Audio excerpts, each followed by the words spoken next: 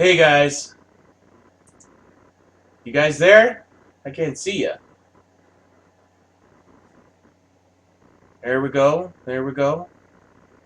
We're good to go, I think. I think we're good to go. So, yeah, in the bottom right-hand corner, I'm just gonna get a little creative and artsy until I want to show you my face. Um, okay. So, one of the things that Tim Miller, the director and I think part producer he's the director for sure of um, Terminator Dark Fate, and um, he's the producer of Sonic. He was partly involved in that. Which, by the way, Sonic is not that big smash hit that people were talking about. Oh, you changed Sonic, so now you earned all that extra cash. Maybe it did earn extra cash, but it's not that super big smash hit. In fact, actually, we can do that. Um, let's go there first. So we got, I guess, Monday's number in, down 83%. Now, again, this is a kid movie, so it's better on weekends than it is during the week. These, adult movies are better for, you get it, right? Um, so Invisible Man is doing quite well. Um, Now, the thing with these horror movies is oftentimes they don't even get much of a release overseas, so it's mostly, or if not all, domestic, which that's what this is. This total gross is all just domestic, not worldwide. But it's still doing well. Sonic, but see, like a $7 million movie versus a $90 million movie. They should get out. It's nice that you made this smaller, but you don't need the 0.0. Just get rid of that. 7,000K. Anyway, this guy is good. I've emailed him I've emailed info just to help him out. When I see a problem with the data, I love numbers. Um, I love information, and the good thing about Hollywood numbers is they're really big, and they're kind of cool. They're attached to something interesting. We can like all the numbers. Like I can like frickin' IBM stock numbers. I can like any number, but there's a fun associated with the numbers from Hollywood, and that's kind of interesting. So anyway, so um, Sonic the Hedgehog. Again, it's doing well, but it's not a smash hit, right? Um, so it's made its money back, right? 90 million, triple that. That's 270. It's made it. By tomorrow it'll make its money back. But the China being closed is a big deal, and again, it's not the super smash hit that people were sort of hoping for. Um, and the Sonic movie. Oh, The Invisible Man is doing okay. The Call of the Wild is kind of turding out. 125 million. They should just do seven. Just take out the K. Forget that. You don't need hundreds of thousands anymore. Just 7 million. Put an M there. 7 million. That's what I would do. And same thing with total gross. Just round it to 30 million. But anyway, so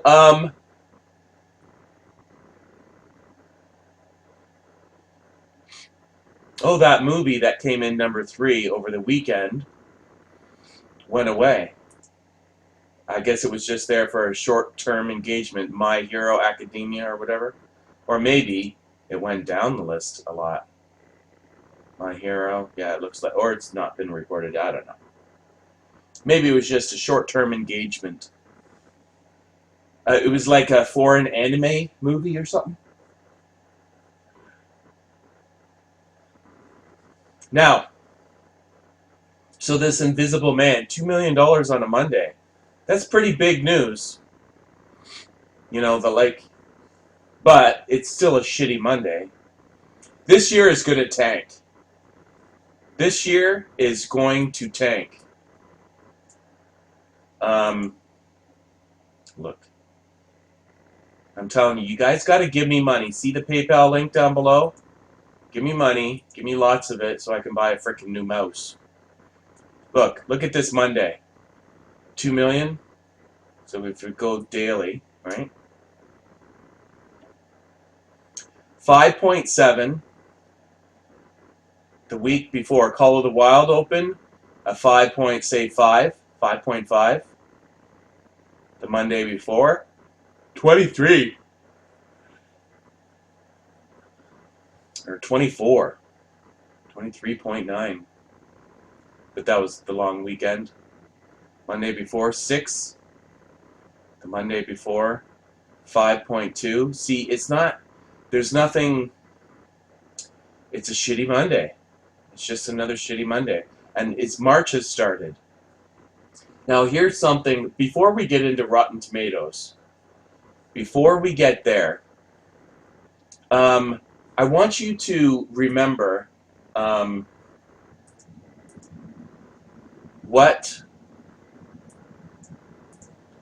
last year went, right? It's easier to just bring it up over here. I know these websites so well. If I want to take a look at the information in a certain way, I know where to go. Now, of all these top movies, which one was the first one of the year? It was Captain Marvel. The first big movie of the year was Captain Marvel. And guess what? It starts this weekend. And it had a $153 million opening. Opening weekend, $153 million. Now, some say that it was a lie. I don't know. Whatever. Creative accounting, CIA, drug money, whatever. I don't know, don't care. But maybe it's completely accurate. $153 million opening weekend. Now,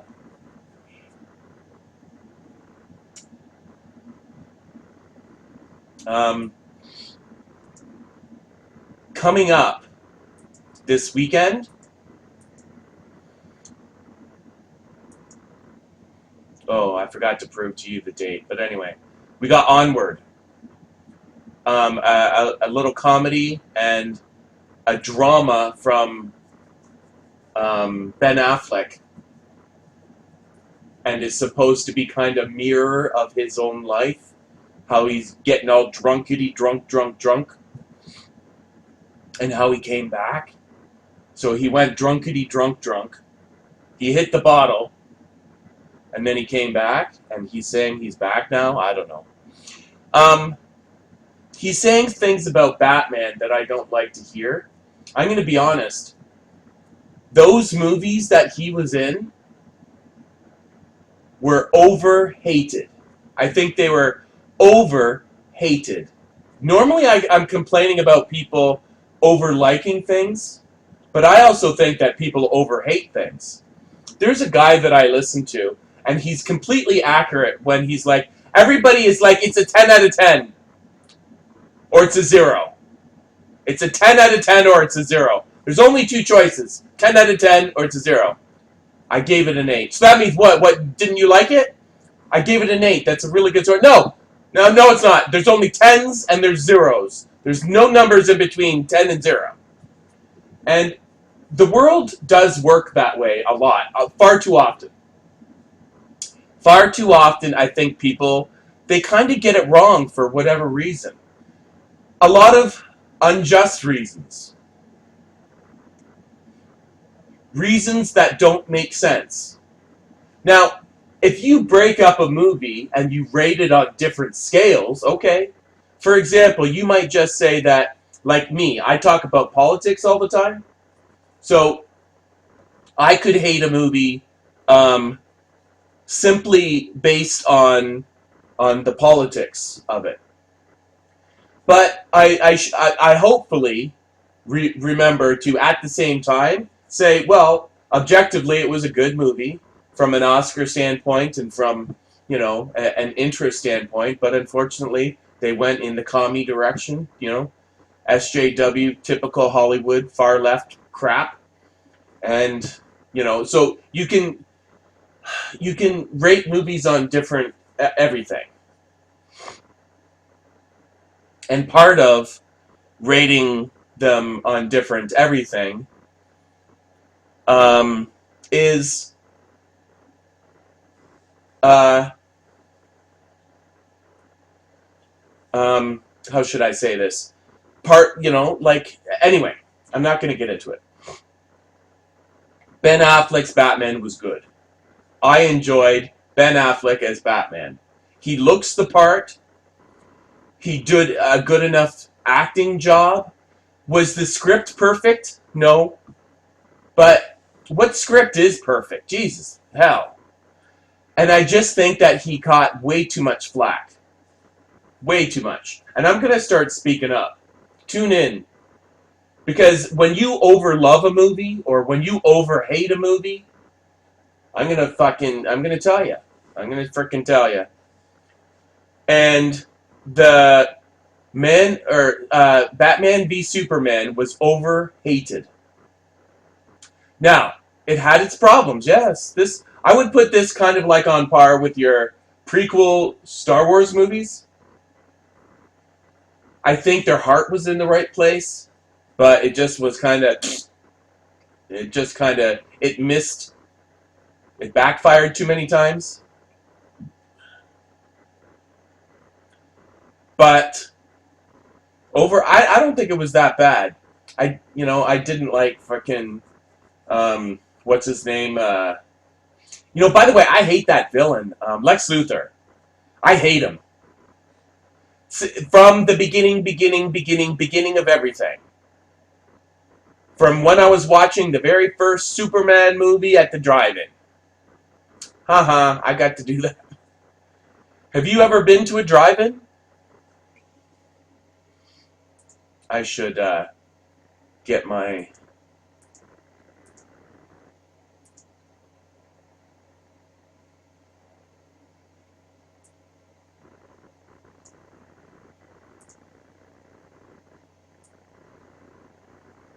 What the heck's going on here?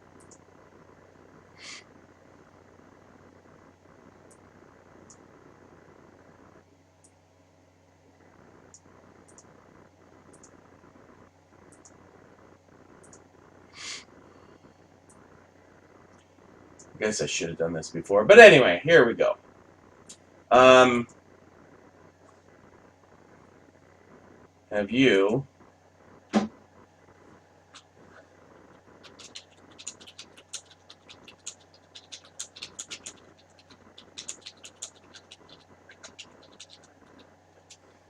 I should put the dash in there.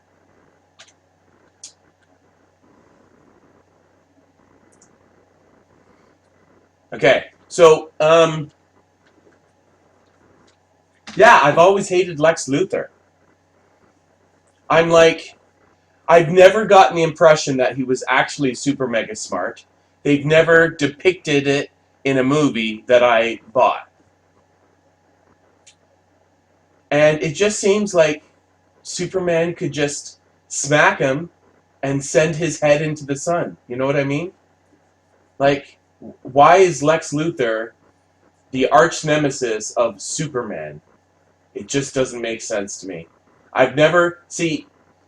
Maybe that's something that needs to be done over here in the villain Warner Brothers DC universe. Lex Luthor. Please explain to me why he's a fucking bad guy, because I have no fucking clue. Anyway. Um, so it's the way back, which I don't expect. Well, we'll talk about expectations soon, and Emma, and it's Onward, and it looks like people are saying that it's a mediocre movie, like just, but it's also got some baddie bad stuff in it. They're bringing in the gays for the, they keep pushing. I'm telling you, there's just no end. They're just not going to leave your kids alone with the gay. You thought Queer Kid Stuff was just some radical Jewish lesbian on YouTube who believes that sex is for everyone, even babies. Oh my goodness. Well, and then you have people coming out and doing TED Talks about pedophilia. They're not monsters. It's just a different sexuality. As long as they don't act on their sexuality, their pedophilia sexuality, then they're okay in my book. Now you're getting tranny kids, drag queen story hours, little girls getting black transvestite strippers, 10-year-old boy drag queens that are dancing, stripping for gay boys and nightclubs. And that's just what we're seeing in front, That's just what we're seeing. Imagine all the stuff we're not seeing. I don't have to bring up your Epstein and all of these Pizzagates and all the rest of it. Oh, it's just a conspiracy. Okay, whatever.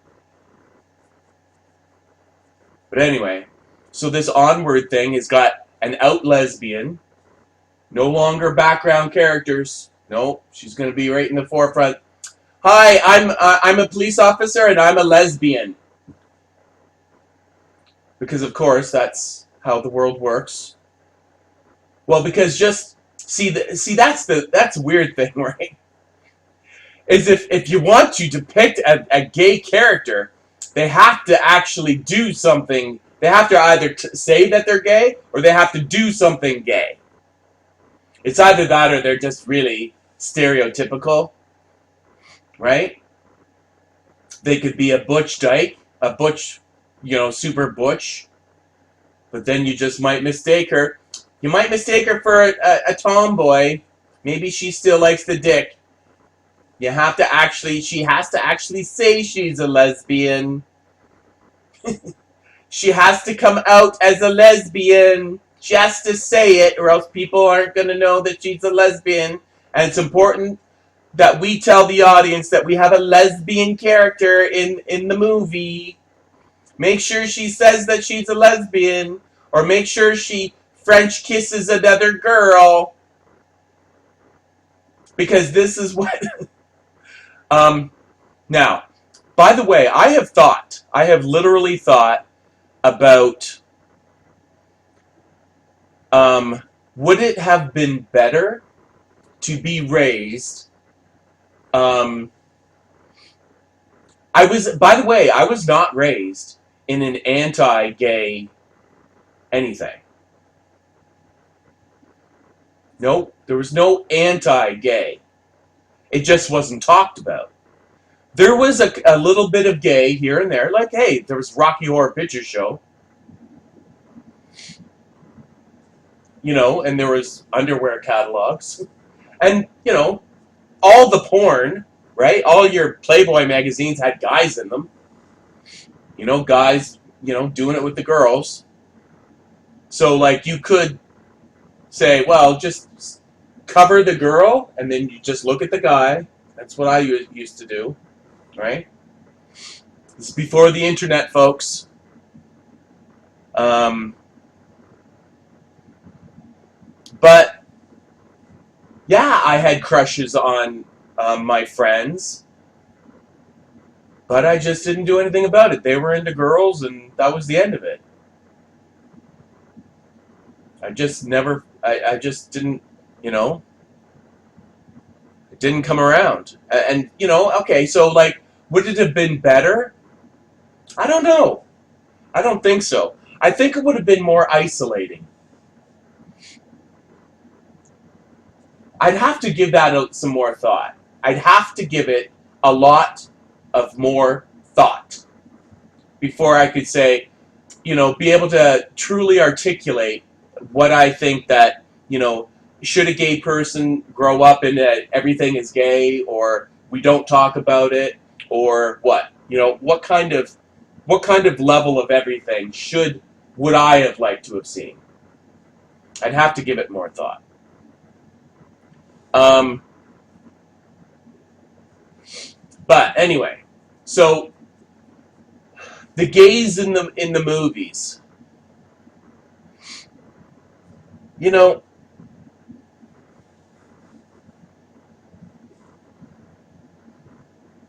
I don't even fucking know what that, you know, like I'm just trying to think of gay when I was a kid.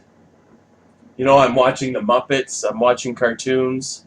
Would it have been, you know, I'm watching Smurfs, you know, the hilarious House of Frightenstein, um, you know, Thundercats and Transformers and the X-Men, Scooby-Doo, Super Friends. Oh, did I say Super Friends? That should have been first. That was by far my number one everything when I was a kid. Number one by a long shot. Everything else was like a so far distant number two. Sure, I would watch the other stuff, but it was He-Man and Flintstones and all the rest. But they were so far behind. Like Super Friends, it was unbelievable. Um, the Legion of Doom, Jesus Christ, do that for fuck's sakes! You did the Justice League, now fucking fix it with the Legion of Doom. God, I love those guys. A whole set of supervillains. By the way, the best comic book scene I've ever seen in my entire life, the best comic book anything, was the X-Men Days of Future Past, the opening. When it was Magneto, you know, coming out in Storm and against the, what are they called? I don't know, the big robots. And they had all of those extra X-Men in there, and they're trying to, you know, escape. And then they did the time warp thingy with the Chicky Poo. Anyway, that opening fight scene with the bull, bull, bull, bull, bull all over, like the first, what, 10 minutes of the movie? Just fucking amazing.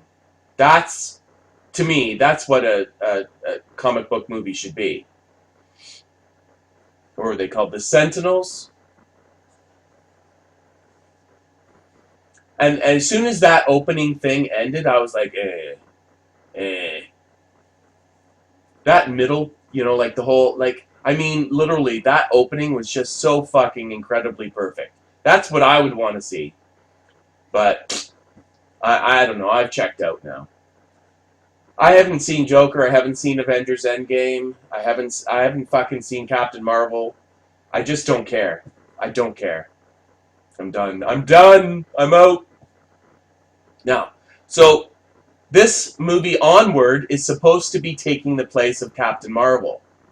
Again, a $150 million opening weekend. And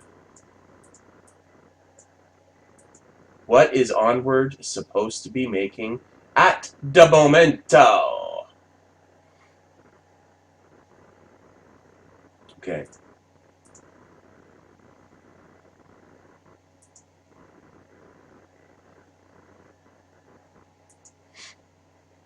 They'll have another update soon. But right now we're looking at only a $55 million opening. A 210 total. Look at all those negative. Down, down, down, down, down.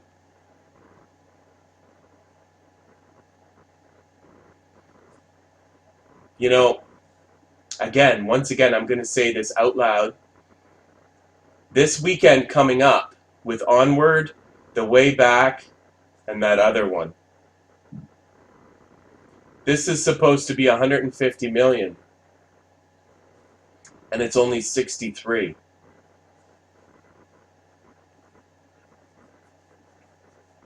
Just saying, this is the weekend. This weekend coming up. This weekend. The reality of the failure of Hollywood actually starts to take root. It has been going and going and going and going for 20 years. It has been failing, flippity flop, floppity flip. It has been dying, but it's unavoidable now. It is everything. Now, could Hollywood's failure collapse the American economy? All I'm going to say is this, is everybody needs to get prepared. Listen to me carefully. You need to get prepared. Now, the initial news of Hollywood movie theaters failing, and this is where, like last year was bad. Every year it goes down. Okay, listen to me. Every year attendance goes down. I'm going to say it again.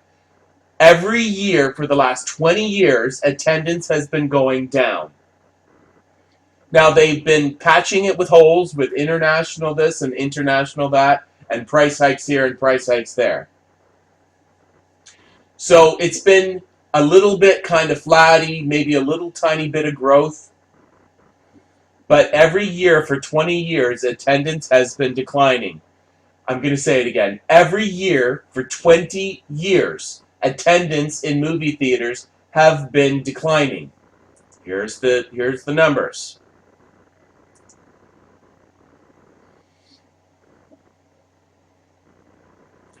Now, 2002 was your tippity top year.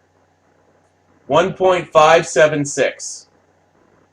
You see it was working at 1.2, 1.3, 1.3, 1.4, 1.14, 1.3, 1.4, 1.5, almost 1.6. 2002 was the tippity top, tippity tippity tippity top. That was the top. T-O-P, the high. This is attendance. Tickets sold. Now it goes down. 5-2. Forget about the 1. 4-9, 3-7, 3-9, 42. You know, down, and slowly, slow down. But look at the drop-off that they're expecting for 2020. Can you see that? Are you seeing this? Are you seeing it? Are you opening your eyes and absorbing this information? It's been downhill. So it went from a high of 1.576 down to 1.247. But look at 2020. And by the way, 2019 had A game, everything. It had Avengers and Lion King and Toy Story and even the flops. X-Men, Terminator, Charlie's Angels, Men in Black, and Spider-Man, and all of these, the successes and the failures. It had A game everything. There's not much there's no A game. There's no more A game. They've exhausted all of the franchises. They've killed them all through incompetence and identity politics. They don't know how to make movies anymore. So they've literally been relying on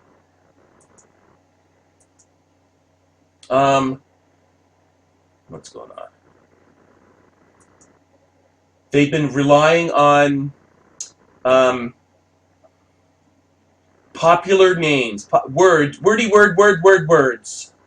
I'm not joking. Star Wars, Avengers, Lion King, Star Wars, Frozen, Toy Story. Captain Marvel was a new property, but that's the only one in the whole fucking top 10. And how new is when you introduce a new character in a fucking Marvel? Jesus Christ. Spider-Man, Aladdin, all fucking sequels and remakes. Joker, is that original? No. We've seen him many times. Well, Jumanji 2, It Chapter 2, and Us. I'm going to say that Jordan Peele's frickin' Us is the most original thing on this list.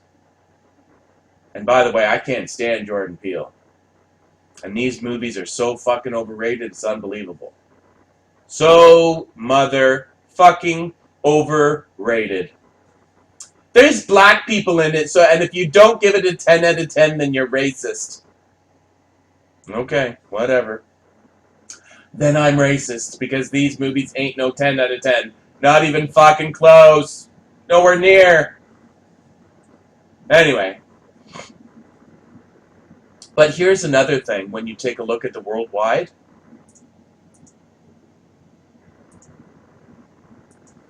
Here's an important thing to also put inside your head. You got, right? Billions, but then a huge drop, right? You've got all these numbers right near, N-E-A-R, near each other. Close. And then a 1.1 a couple times, but then it kind of zooms up to 1.4, 1.6, then 2.8, right? Like boom, boom, right? Think about those numbers. Get them in your head. But then, poof, drop. Holy fuck. A drop to Jumanji. And then another similar 700 million. Holy fuck. What did these two movies have in common? So we got comic books, kids, right? And then what do these movies have in common? Fast and Furious, Hobbs and Shaw, and Jumanji, The Next Level. The Rock. I'm not kidding. The Rock. And then you got Chinese. So you got Disney, kids' movies, and comic books. Pretty much, that's it. You got The Rock. He's a genre all unto himself. And then you got a China, and then you're way down here to 500 million. You literally went from a billion, no 900s, no 800s, right? A couple of 700s for The Rock. You know, a couple of China-only movies. Chinese only. And then you're all the way down, and only once. Then you're down into the 400s. There's like no middle ground. It's like it either made a billion, Rock, and then half that or less. Think about it. Think, use your brain, think. It either was extraordinarily top-heavy, extremely top-heavy, or Now, think about all the A-lister, A-lister. But also, you can think about the A-listers that didn't do fucking squat all. Godzilla we had, that was a turd. Men in Black, Terminator, Dark Phoenix. Lots of turds, right? Lots of movies that should have done much better than they did. Gemini Man was a turd. Lots of turds. Okay, now, but think of the A game. Just if I were to put in your brain, if I were to say things like Avengers, Lion King, Frozen, Spider-Man, Captain Marvel, Joker, Toy Story, Star Wars, Aladdin, Jumanji, Fast and the Furious, X-Men, Terminator, John Wick, Dumbo, Shazam, Godzilla. If I were to boom, into your head. Boom, boom, boom, boom, boom, into your head. If I just, on a normal lifetime day, I mentioned all those movies and I said, they're all going to get released in the same year.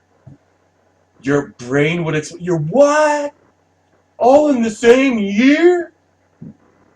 All those movies in 1 year? All slow motion, right? Oh my God. The movie theater company people are gonna make every single dollar ever made. Nope. Just another year of more declines. Now, now, what happened? Did Disney take, T-A-K-E? Did they take all the money? Did they just take all the money for themselves? Or are people saying, bye, goodbye, bye now, see you later, goodbye Hollywood, goodbye movie theater, goodbye, goodbye, see ya, I'm going to do something else now, goodbye. But those A-game movies, well, some of them, can pried those butts off of those sofas and got them into the theater. Which one was it? Now, the number stuff tells me that actually Disney just kind of sucked up the money for themselves. They sucked all the cashola into their wallet. That's what the numbers say to me. And everybody else went home a loser. Everybody else went home a total fucking loser, fucking with the big L on their forehead. But I can't help but think that these A-game titles, these A-game franchises, triple A-game, infinity and beyond titles, the biggest things of all time. Star Wars, Spider-Man, Avengers, Lion King, Frozen, ba ba ba ba ba ba ba ba ba ba ba ba ba.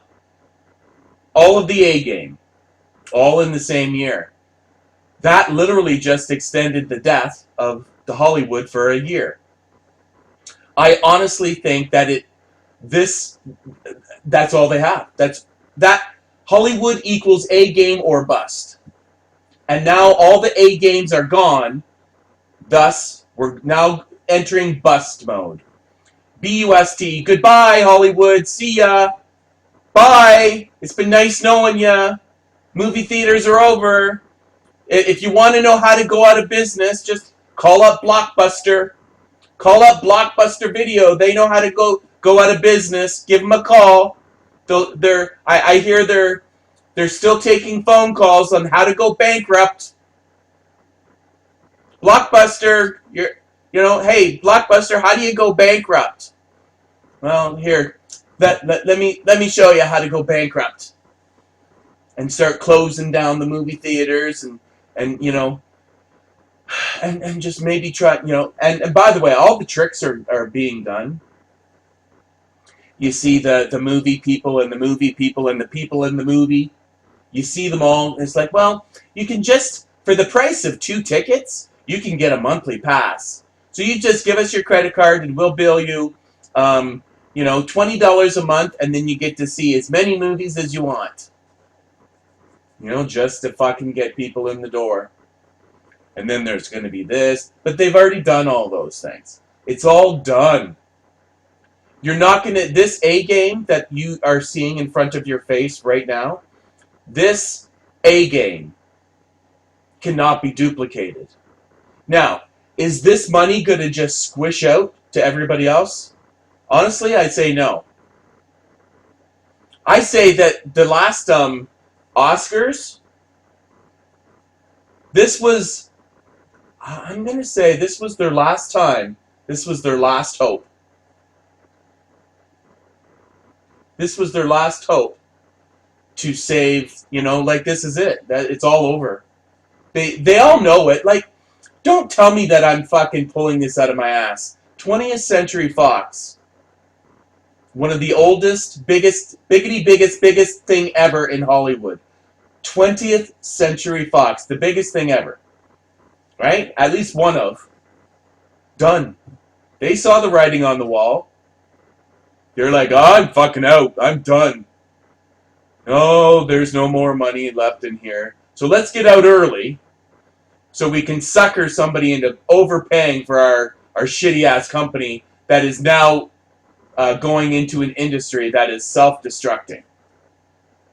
It's all over. The biggity big money bullshit called Hollywood thing, it's all done. Now, it's still going to... When I say Hollywood, I'm talking about the AAA.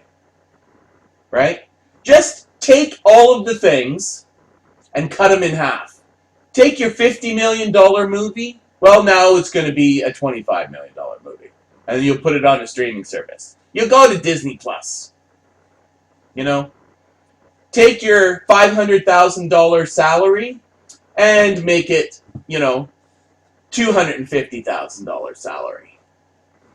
Just cut everything in half. That's the new Hollywood. The new Hollywood is just cut in half. And it's, and then you're going to have the streaming wars. Maybe you can convince Apple, the gay CEO over there at Apple. Maybe you can convince him to give him to give up a bunch of cash so he can just buy everything, all the leftover scraps into this dying industry.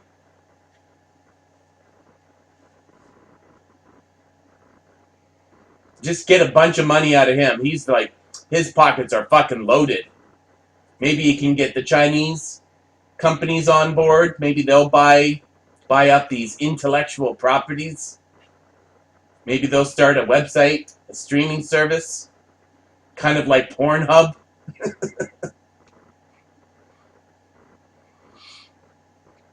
Rent a celebrity for your birthday parties coming soon. Hollywood, rent a celebrity. You can get Brad Pitt to play a clown at your daughter's bar mitzvah for just $1,999.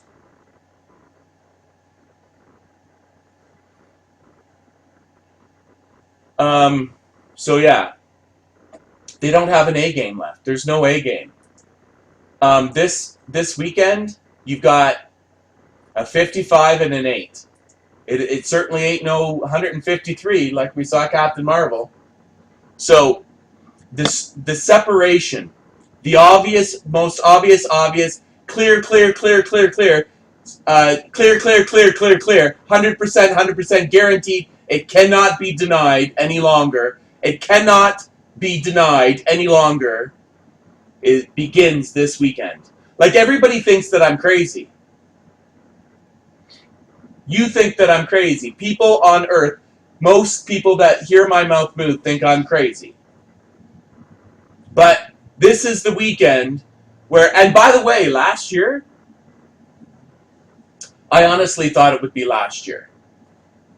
I honestly did. Those tippity top movies from last year, there's no way.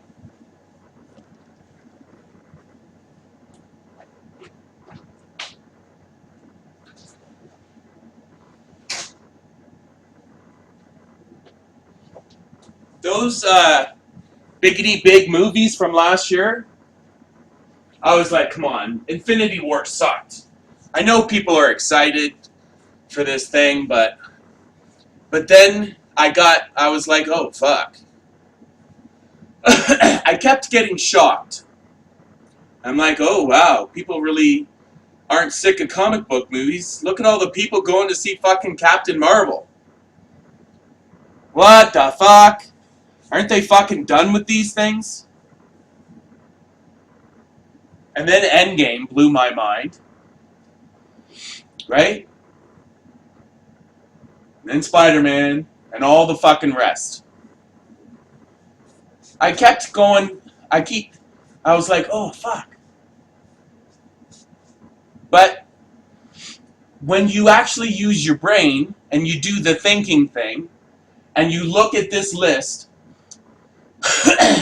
this is a quadruple. It's an A list of franchises to all release in the same year.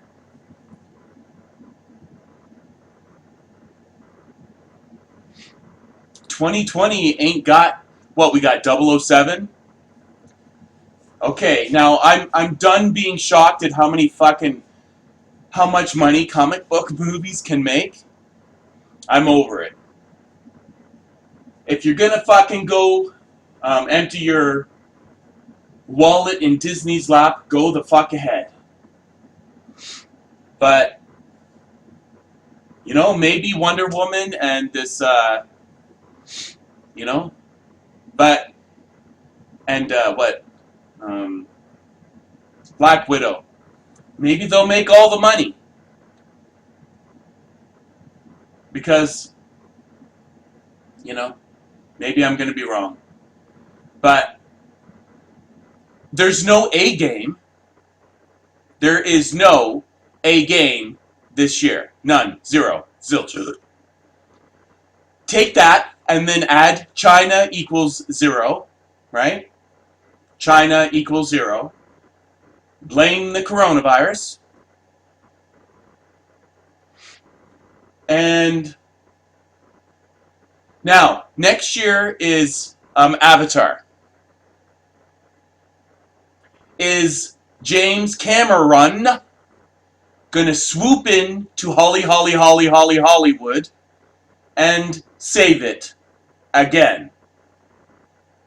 Is James Cameron gonna swoop down out of the sky and back to planet Earth and bestow us with his next masterpiece of money making?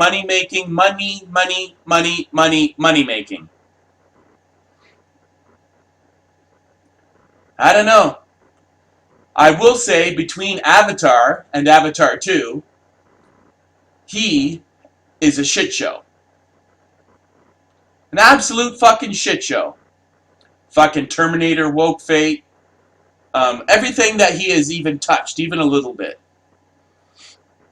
Fucking shit show.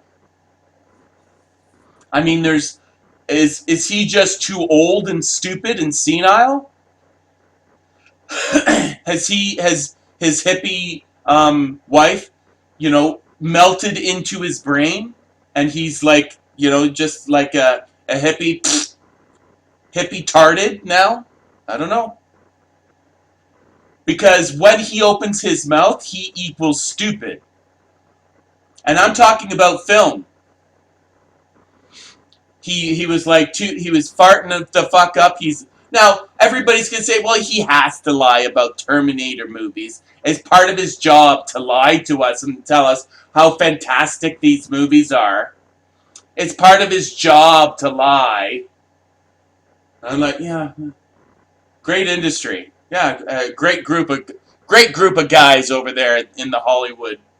It's their job to lie, Okay. There's 007 and Fast and Furious 9. So Fast and Furious every year now. 1 year with The Rock, 1 year with Vin Diesel. Because they got in a lover's quarrel. And honestly, that's the only thing that makes money for Universal anymore.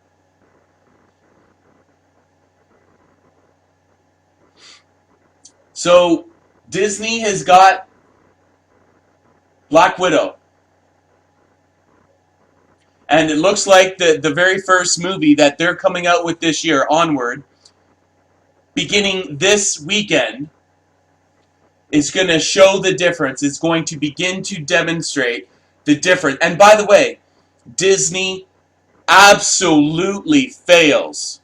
Disney fails. And they do it all the time. They do it all the time. Disney fails all the time. It failed last year with Dumbo. Maleficent Part 2 was not very well received. It wasn't a failure, but I don't think it was.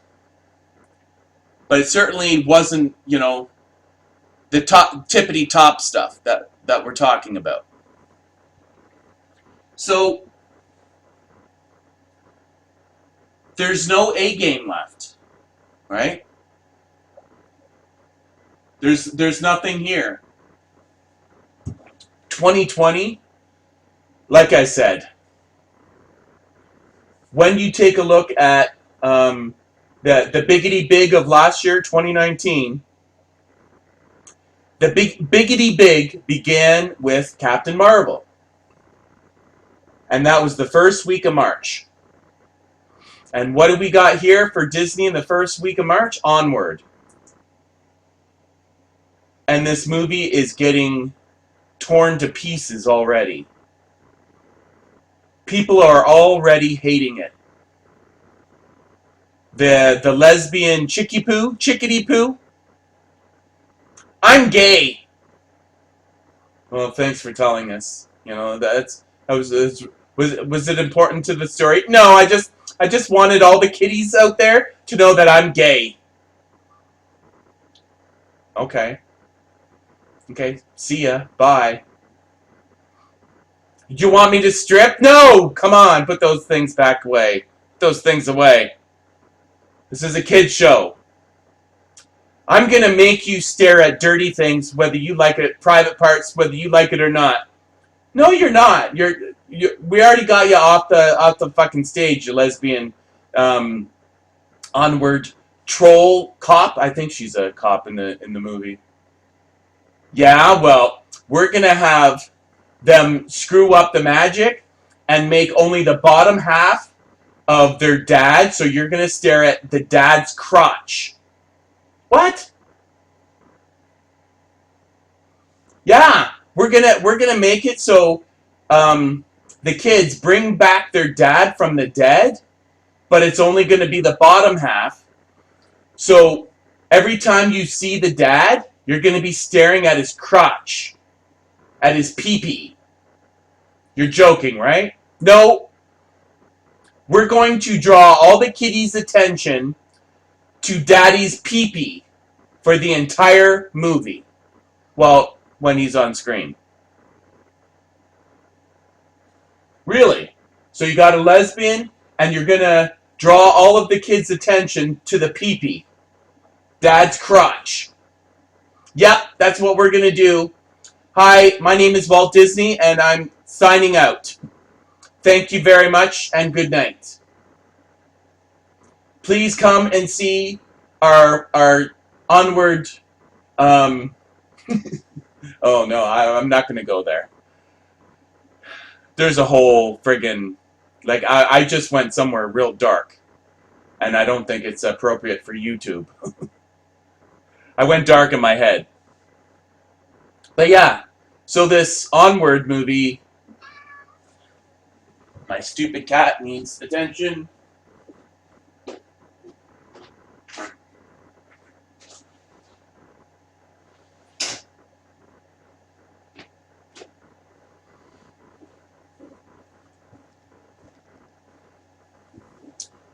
So, yeah. So it looks like a lot of people are going to be kind of turning this one off. So the separation between life and death is going to become extremely, extremely, extremely, extremely obvious to everyone. It's going to start to become a reality this year. Because you got to remember, next month, right? In April, guess what the movie was, the biggity big thing of last year was? Avengers Endgame. Remember that? And guess what it is? At the end of March, you got Mulan. It looks like everybody hates that movie now, too. For different reasons. They tried to SJW it up, and then they tried to un-SJW it, and it's just, oh my goodness. They don't know whether they're coming or going. Can't we just tell a movie? No, you made the rules. You created the tick boxes. How many black people do we have? Do we have enough POCs? Okay.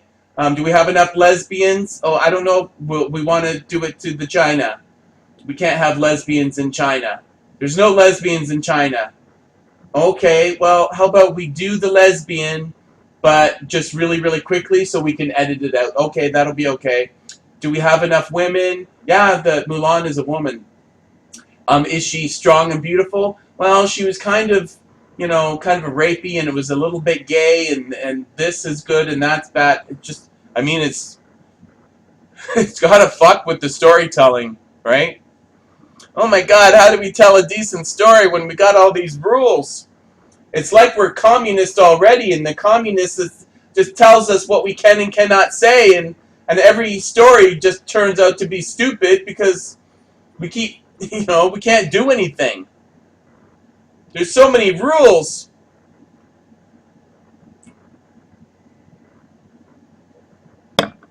We're supposed to be the artistic ones, the people that don't want the rules. But we keep voting for rules, for bigger rules, and bigger rulers. We keep voting for the rules, and we tell people to vote for the rules, but the rules keep fucking up our shit.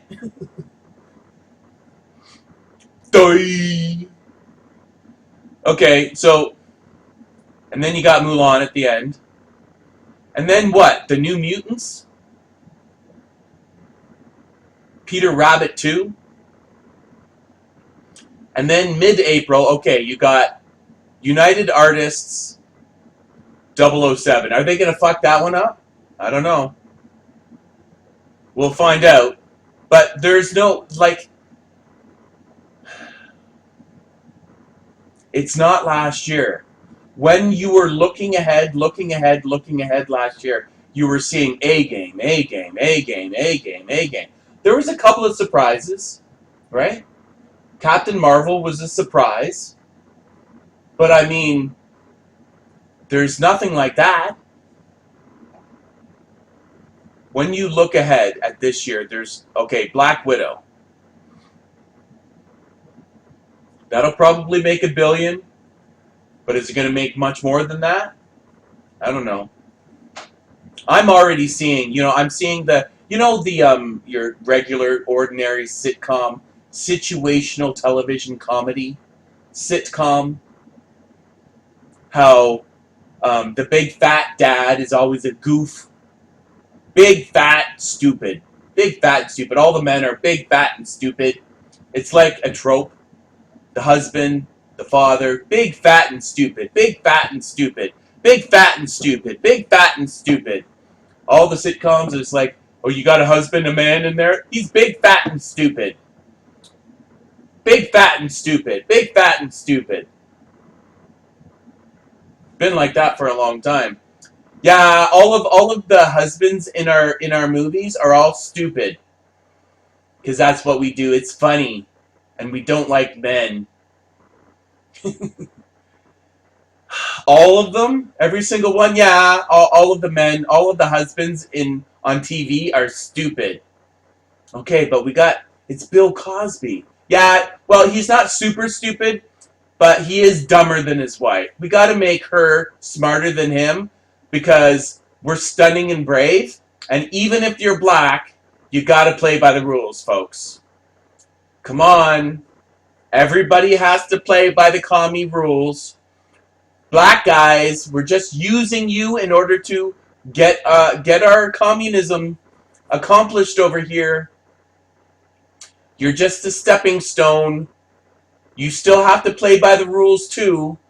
And women, black women, are more stunning and brave than black men. You are stunning and brave because you're a black man, because you're black. But, a black woman is even more stunning and brave. So, we're going to have to portray you as stupid. Just because it's funny and we don't like men. And we love equality. Equality is It's just what we do around here. Yeah, but you're not being. Hey, shut up! Don't rape me with your facts and figures. Um, so, yeah, this year is gonna you're gonna start to see a wide divide. Now, what you can do is you start to like coming up at the end of this weekend. You're gonna see a massive difference between last year and this year. And last year was all the winners, all the A game that they had last year. It was still a down year. Last year was bad, just like the slow and steady decline, slow steady decline. But last year had all that stuff to throw at the movie theater. This year it's like, you know, Disney original stuff. Hey, 9 times out of 10, it's a flop. When they start to get creative and they try to do something, it's a flop. And by the way, this lesbian police elf, troll, I guess, whatever this Onward stuff is, I don't know. And Dad Crotch movie, Onward, that's Pixar. And it's not getting good reviews. Now, some people are saying that, my goodness, like we expect 10 out of 10s out of Pixar, and this one is not even close. It's not a terrible movie, but it's not good either. And that's a real letdown. A Pixar flippity flop, floppity flip. That's a big deal. Pixar flopping. Well, now, Pixar, and like I said, with the, there's already boycotts because of the stunning and braveness and the daddy crotch in the movie. Oh, stare at this, but you're just waving dad crotch in front of me. Stare at this, I'm going to put you to sleep. Stare at my watchy that I'm swinging in front of your face. It's not a watch, it's my dad's crotch. Stare, stare, stare, go to sleep. Go to sleep, little kitty poo. Stare at dad crotch. In Doolittle, did they seriously fist a dragon? Yes. Yes, they fisted and gave a dragon an enema. And now we're staring at dad crotch. Wow, these kids' movies are really, really progressive. Yes, and when we say progressive, we mean progressive. Don't ever let those evil right-wingers say that progressive is just a synonym for communist. Don't say that. We are stunning and brave. You are stunning and brave. Go to sleep now. You are stunning and brave.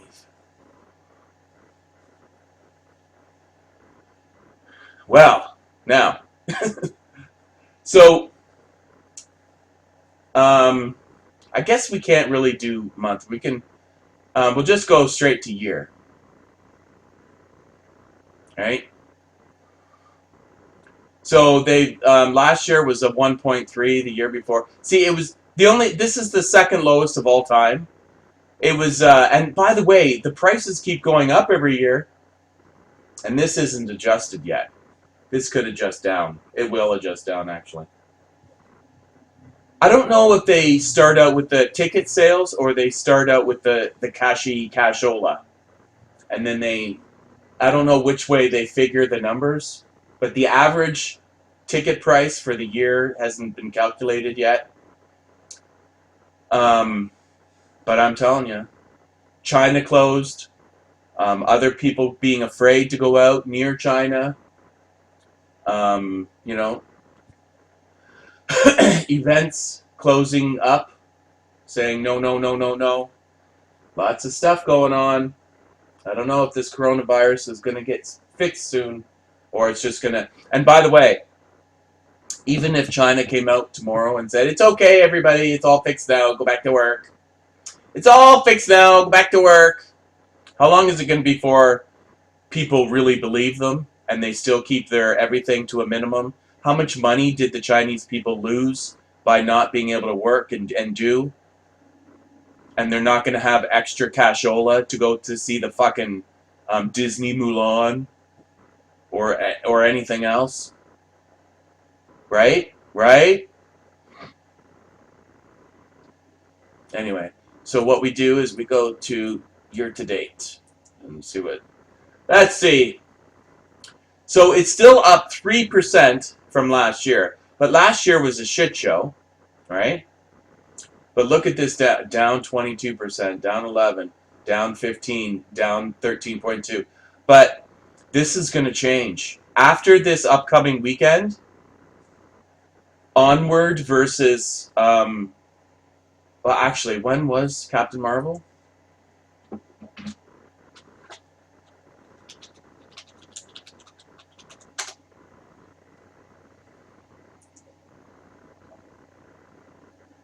March 6th, see? Yeah. At the end of this upcoming weekend, you're going to see a big divide. You're going to see 2020 drop. You know, 2020, this year thus far, it got lucky, Lucky, lucky, with Bad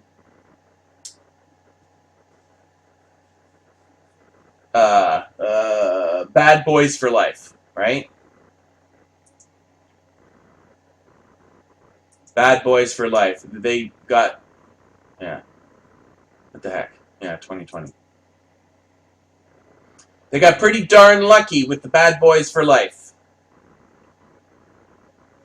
Sonic is kind of not, it's doing all right.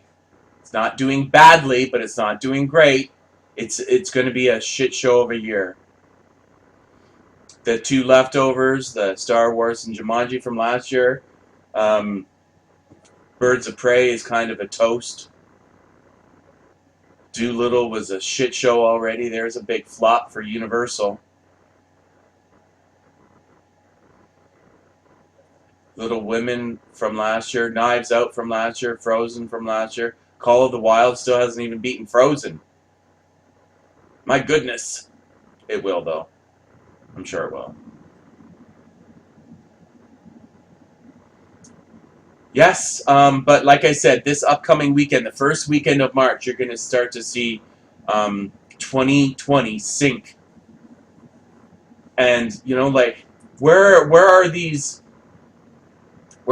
multi-billion-dollar movies? Like, you're probably going to get one out of Wonder Woman, one out of The Eternals, one out of Black Widow, one out of 007, and maybe Tenet. But it's certainly not going to be like last year. Whereas, you know, like, Avengers Endgame was $3 billion in one.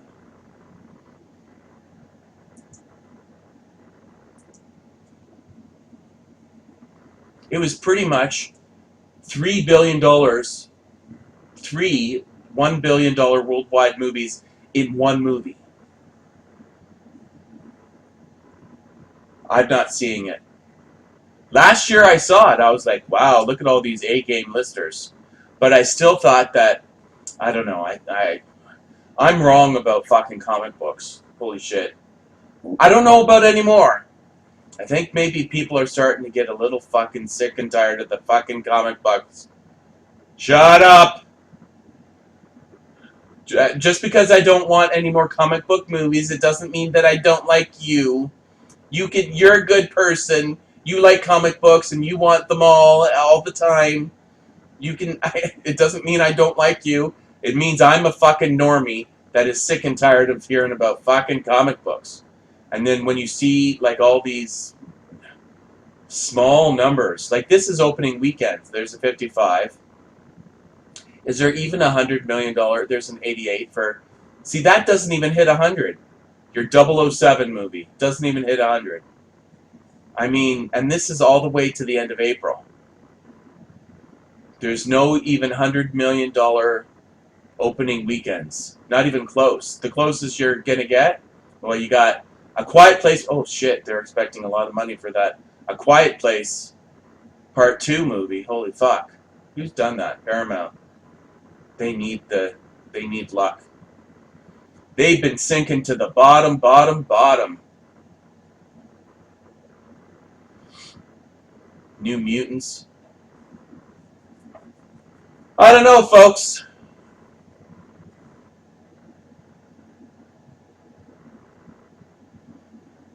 And The Hunt is coming back. Jesus Christ, right? I talked people's ear off about that. Anyway, the title of the video is Rotten Tomatoes, and I haven't even talked about Rotten Tomatoes yet. I've been showing you all the other websites that I go to. So, well, first of all, let's start out with Metacritic. You know, like, this one is better than Rotten Tomatoes by a lot, but it's starting to get infected as well. See, it's only 62. Whereas your, The Invisible Man, why do they have to be so crappy? The Invisible Man, 71. That's such crap. 71.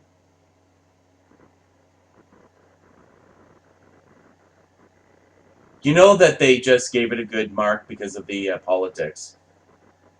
Oh, it's so stunning and brave. She really fought back her abusive husband. She's so stunning and brave. Stunning and brave she is. Why did she marry him? No, don't say that. Because he was a perfect little angel before they got married, but after they got married, he became abusive. She's 37 years old. Don't you think she should have learned? Hey, she's 37 in real life. She was 20. She was 23 in the movie. It's a pretty old lady playing a fucking, No, hey, you're not being stunning and brave enough. Be more stunning and brave. She's a young, very young woman who was tricked into a relationship with a super mega rich guy. And he was a perfect little angel in the beginning, and then he became, as soon as he put a ring on it, I don't know if they're married or not in the movie, but I'm just going to pretend I know what I'm talking about. As soon as he put a ring on it, he turned evil, and he had her trapped. Doesn't she have any friends or family? No, he deleted them all. Does she hold any personal accountability for marrying an asshole? No, it's all his fault. And now she's going to get revenge. And by the way, how mean he is. He literally married a 37-year-old woman and not only tortured her, but that's all he cares about. His entire life is devoted to torturing her. Torture. Have you ever heard of a woman scorned? Hey, no, that's not stunning and brave. Don't say a woman scorned. Don't talk about women who get out of relationships and go crazy and go fucking nutso and key cars and smash windows and throw plates. Don't talk about women doing it. That's sexist. We only talk about men who go flipping crazy around here. We're stunning and brave. We only talk about men. We only talk about bad men. We don't talk about bad women. Okay. So why did she want his money? Hey, she thought he was dead. She wouldn't have taken the money if he was alive. She wouldn't, because she's stunning and brave. She just thought it was, easy money? Hey! No. She thought it was payback for all the times he was being mean. How did, actually I haven't seen the movie, but I'm imagining her talking to the lawyer brother in the movie, by the way, why is she talking to the lawyer brother? Why would you want to even be around that? Why would you want to be around, evil ex's brother? who's a lawyer. Oh, just come and see me. I just want to talk to you. You know, like now that he passed away, he's left you a gift. Yeah, I don't want anything from him, but it's a lot of money. Okay, I'll be there in 5 minutes. Oh, she's so stunning and brave. She's so stunning and brave. So, how did the Invisible Man, the movie called Invisible Man, how did the Invisible Man turn invisible? He didn't. What? No, he's just wearing a suit that makes him invisible. So he can just take off the suit and then, be visible? Yeah, but that... So this has not... Does this have anything to do with the original? No, not really. We just steal names of things. Like Black Christmas? Yeah, we stole that name too, and we just posted, pinned it on the fucking movie, and then we sell it. Really? Yeah, well, yeah. I'm in bed with Universal, and they own the Invisible Man. So we had this men are abusive husbands, and you should never get married and have kids movie, and we didn't know what to do with it.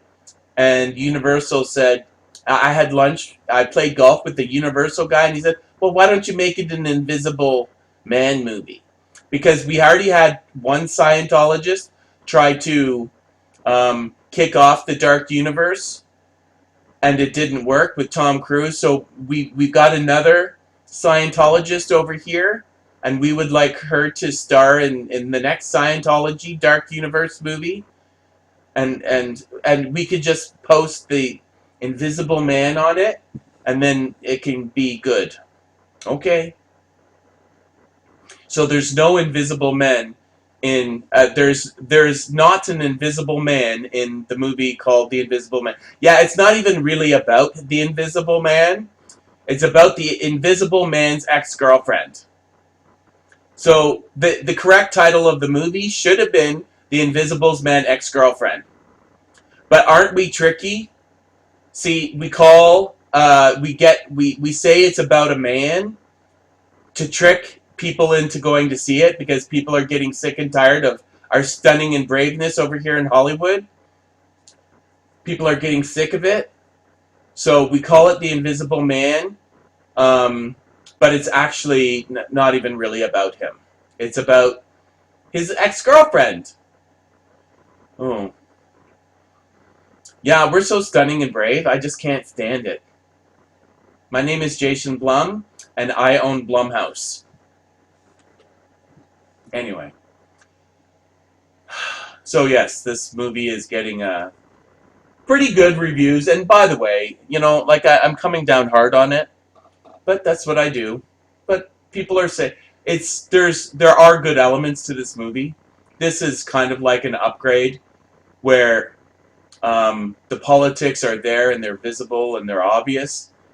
But there's also a decent thing wrapped around it. So this is kind of a combo. I would probably, from what I've heard of the movie, I would probably give it a 7 out of 10, but then I would take off some points but not all the points. Like a Black Christmas gets a 0. Because as little few points that you would give it for its actual movie, all of them get removed because of the politics. I should start doing this. I've thought of a way to rate movies, and it's like you literally, I rate them by quality. Forget about politics. Literally rate the movie on quality. So for example, this movie, it gets a 7 out of 10. So at the bottom of the screen, there would be 7 stars, and maybe 3 blanks. 3 blank, obvious spaces where there was supposed to be 10. Or maybe start with 10 and then take 3 off. So it's a 7 out of 10. But then go through the politics. And then get a hammer or a sickle, right?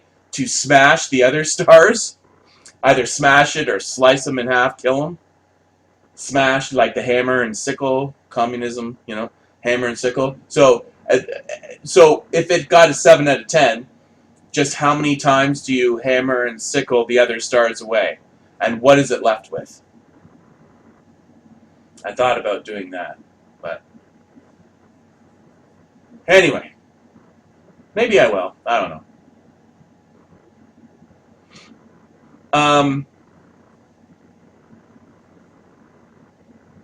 But that's Metacritic is better, so that's a 71 and a 72, right?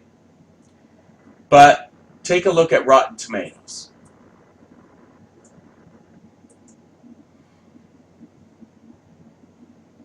'91. Oh, it's so stunning and brave. Completely stunning. It's just so stunning and brave. It's like the best movie out of all these movies. It's even better than 1917. Yep. The Invisible Man is better than 1917. So that means that The Invisible Man is going to win an Oscar, right? Because these are critic scores, right? 89 is the critic score. This one right over here, 89 and 88. 89 and 88.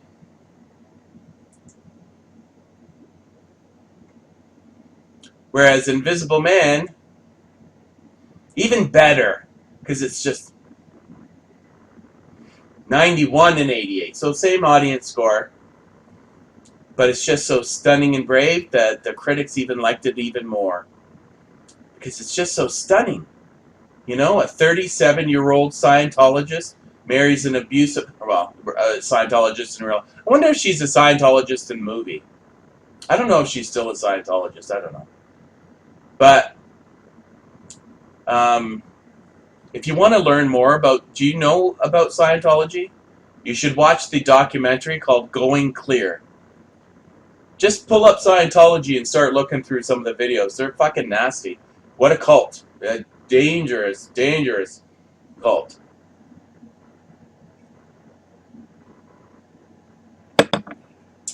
And of course, it's super popular in Hollywood. The fucking airheads over there in Hollywood.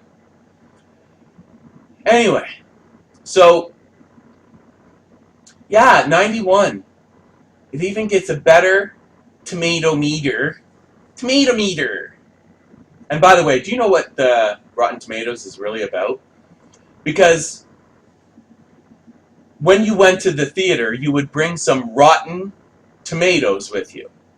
And if they were shit, you would reach under your fucking,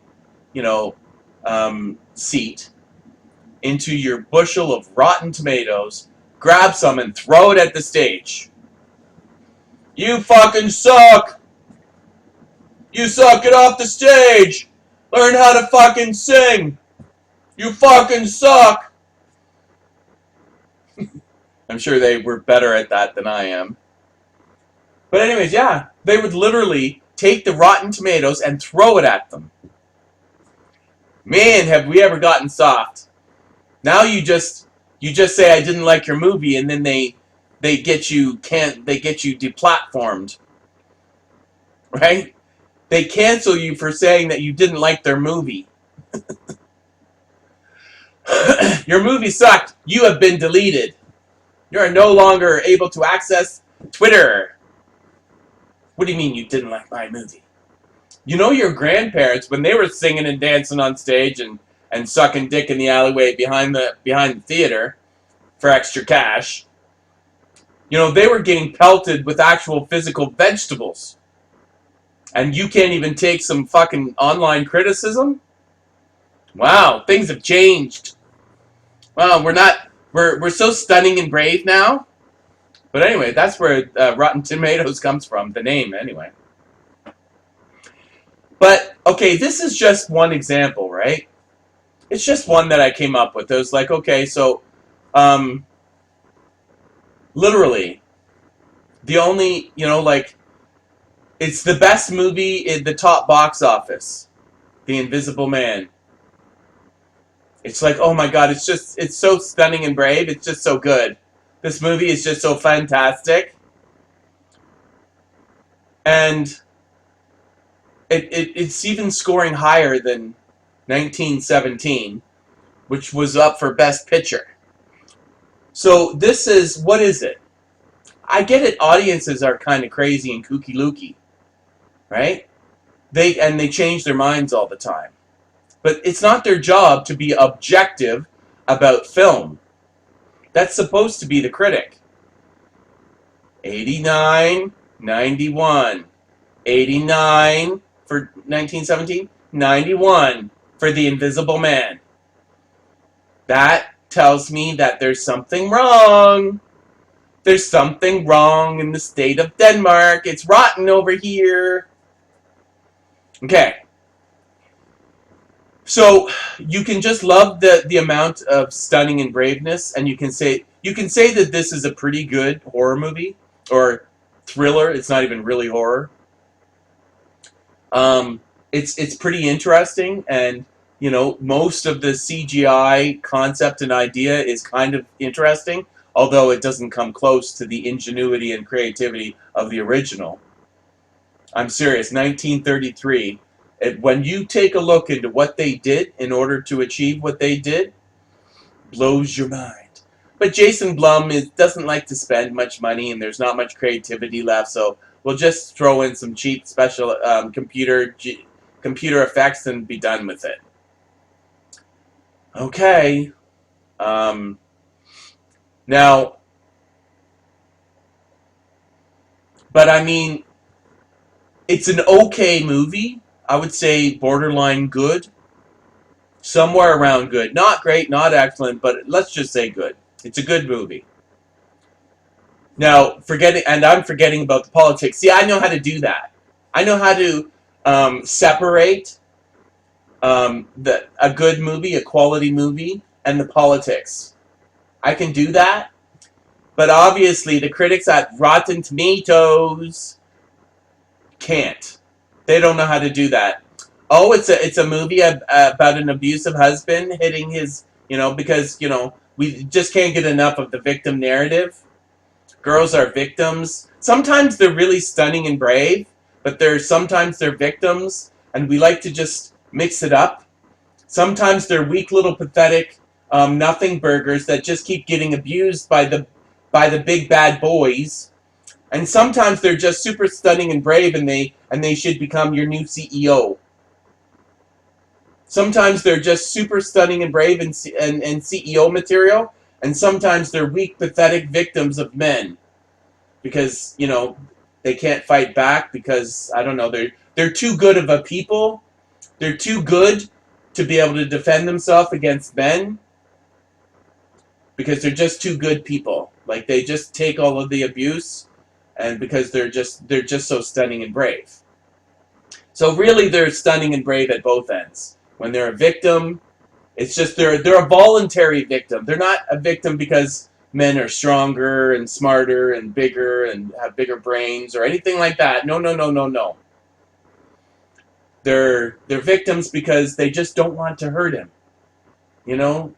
Fighting him back would just be, she would be stooping to his level. Defending herself against an abusive husband, yeah, that would be, that wouldn't be so stunning and brave. It's so much better to have it this way, because this way we can we can be both, and we get to decide when we're stunning and brave, crying and in the corner, terrified and crying in the corner as a little victim, and when we're stunning and brave as a CEO who just it's time for a girl CEO, and that's stunning and brave. See, there's two steps to stunning and brave. Yeah, and it's confusing, and I know you don't understand it because you're just a silly person that doesn't understand. And I'm not going to explain it to you because it's a top secret. We don't divulge this information to just anyone. We keep it close to our heart because because it's a top. Because if men found out when we play which side, we're super mega equal and we should be CEOs just like the men. But then in family court we're kind of just we kind of I don't know. Actually, I can't explain the family court thing. But when, directly inside of the abusive situation, we just let him abuse us because we're stunning and brave and we don't want to hurt him. We just don't, that's just the way things are. Anyway, now, so this makes no sense, right? 1917 has a worse score than Invisible Man. So stunning. And I know it's ideological. Yeah, people go, Gary, you keep bringing politics into things. Gary, why don't you shut up about politics? Gary, why do you keep talking about politics? I just want to talk about horror movies. Gary, why do you keep bringing politics up? It's just a fucking horror movie. Can't we just watch a good horror movie and be done with it? Gary, why do you keep bringing up politics? We just want to talk about horror movies. Stop talking about politics, Gary. Gary, what are you doing talking about politics, Gary? Why do you keep bringing politics into the conversation, Gary? Well, I'm not. I'd have been quite happy to watch Jason Blum movies if he wasn't injecting all of his fucking movies with, mentally retarded politics, and the people on the internet weren't injecting it with their politics. Don't fucking, I'm responding to it.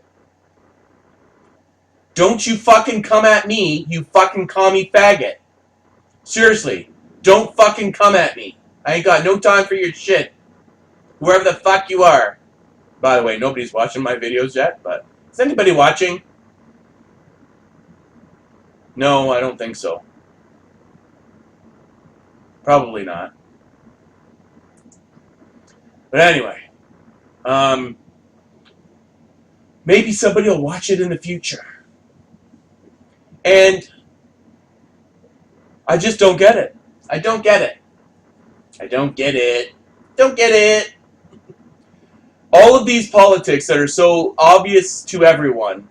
But see, here's the thing. They say, Gary, why are you bringing politics? It's because they don't want my politics to be brought up.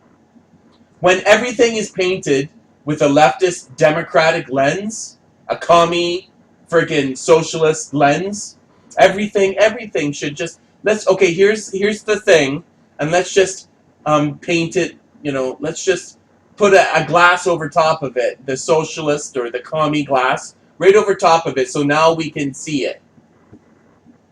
Just put a commie lens on everything.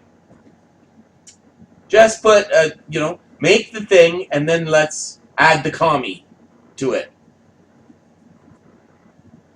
And that's okay. But as soon as I bring up the fucking other side, oh my God, Gary, you're a Nazi.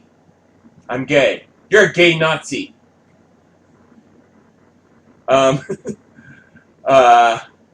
pretty sure I probably had sex with every color under the rainbow. You're still a Nazi. That was a long time ago, Gary. You haven't had sex with a person of color in the last 13 seconds. That makes you a racist KKK Nazi. Okay. Okay. Now, so I don't know what to say about, about your frickin' Rotten Tomatoes. Other than Rotten Tomatoes needs to be pelted in the face with some Rotten Tomatoes. Boom. Right? Rotten Tomatoes is rotten.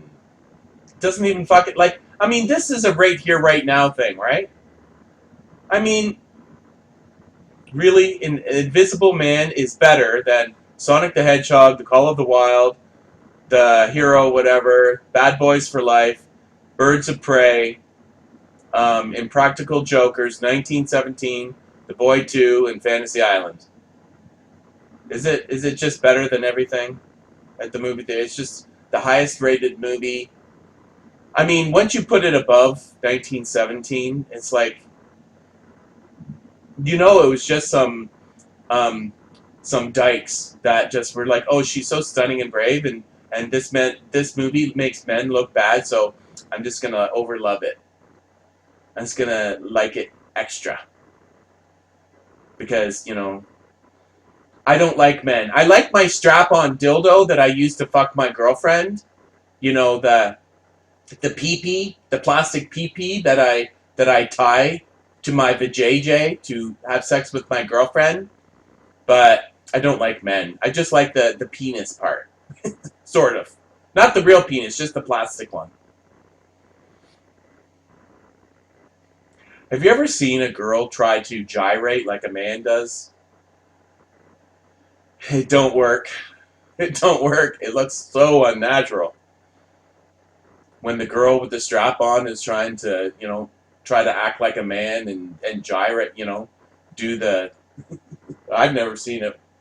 Not that I've seen it very much. I have not, to be honest with you. But, like no matter who you are, the other porn gets in front of your face now and again. And sometimes you get kind of exploratory. It is the fucking internet. But, and once in a while I've looked into bisexual this or that. And I have seen the girl on girl action where one of them is, wearing the strap on and she's trying to gyrate like it. Well, and it just doesn't work. I don't know if a woman's hips just don't work that way. It's possible. They do, it's completely reasonable to think that their hips just don't move the same way. But it just looks so. It just doesn't. It's not right. It doesn't work. It's like it's all forced. It's a plastic penis, Gary. What are you talking about? Okay, I'll stop. um, now what do we got? Now here's the best thing ever, right? I don't know if I can do it from here. Well, just movies. Click on movies, right? Oh, top movies. This is gonna blow your mind, folks.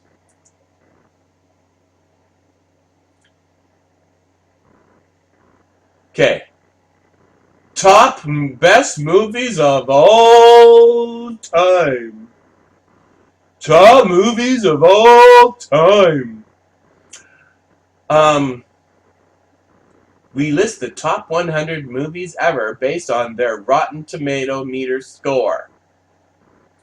Black Panther. Really? The best movies of all time. Black Panther. Is this in reverse order or something?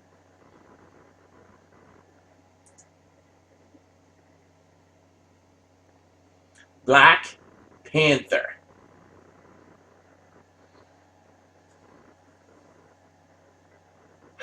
And I don't quite know why, a 99% gets underneath the number one. The best movies of all time. Movies with 40 or more critic reviews by their place in history in the Rotten Tomatoes eligible movies are ranked based on their adjusted scores, whatever that means. I don't care what the adjusted score is. It's just whatever their scoring system is. It put Black Panther at number one. Do you remember when The Rise of Skywalker got locked in at 86 and it still couldn't change?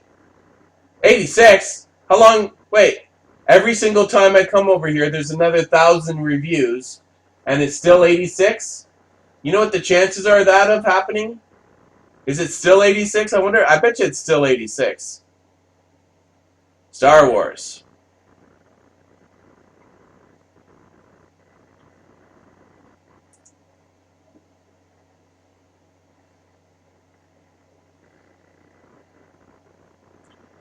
Stunning and brave Star Wars. Where's Rey? I haven't. Oh, no Rey anymore. Oh well.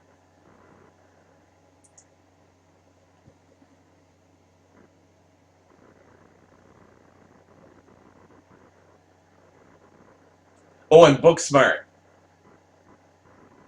You know the college kids, the SJWs in college. How it's a movie about being stunning and brave. It really is. The whole movie. Like literally, it's not just a movie that is stunning and brave. It is a movie about being stunning and brave. But I'm telling you, like, think about this. They're so racist. Now, I hate that word. But it's just like, oh, it's got black people in it. It's got black people. It's a black comic book movie.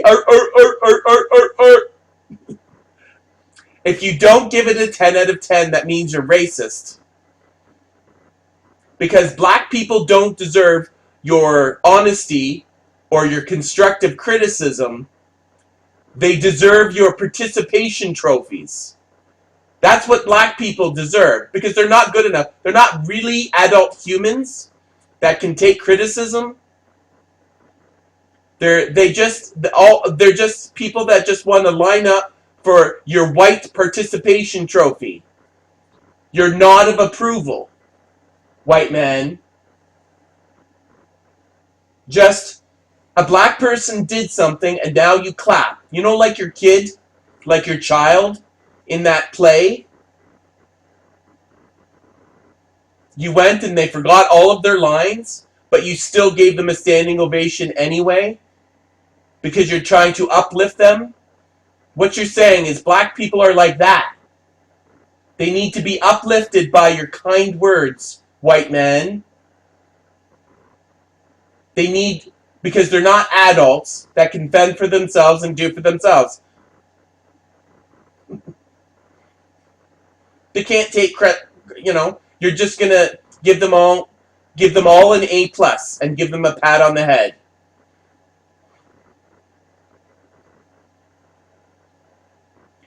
This is the fucking dumbest thing ever. I hate the word racist.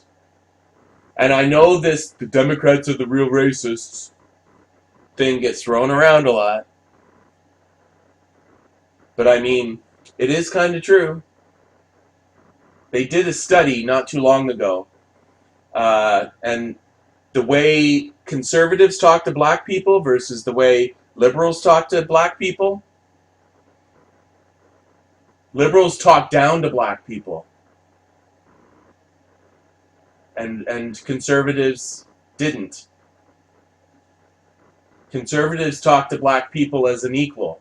And that's why, by the way, I have no problem telling a black person they're being a fucking retard. Or worse, but I'm on YouTube, so I won't use those nasty words. I have no problem. No problem. I do it on my blog, not often, when they deserve it. And it's an individual. I'm not going to group them all up. But they deserve your fucking honesty and constructive criticism. And you can't even do that because you're dumb. You're fucking dumb. The #1 movie of all time, Black Panther. I'm so stunning and brave. I voted for Black Panther 23 times and I gave it a 10 out of 10 each time. I saw it in the movies 47 times. Just because I wanted Disney to know how much I love black people. Thank you, Disney, for making a comic book movie with black people in it. Here's my money. How'd the movie do in China? We don't talk about that. Don't talk about how these black characters in movies do in China, because it kind of ruins our white people are the racist people narrative. What was the ratio of black and to white for Black Panther? Well, about 65, 45. So a lot of white people went to go see the movie. Yeah.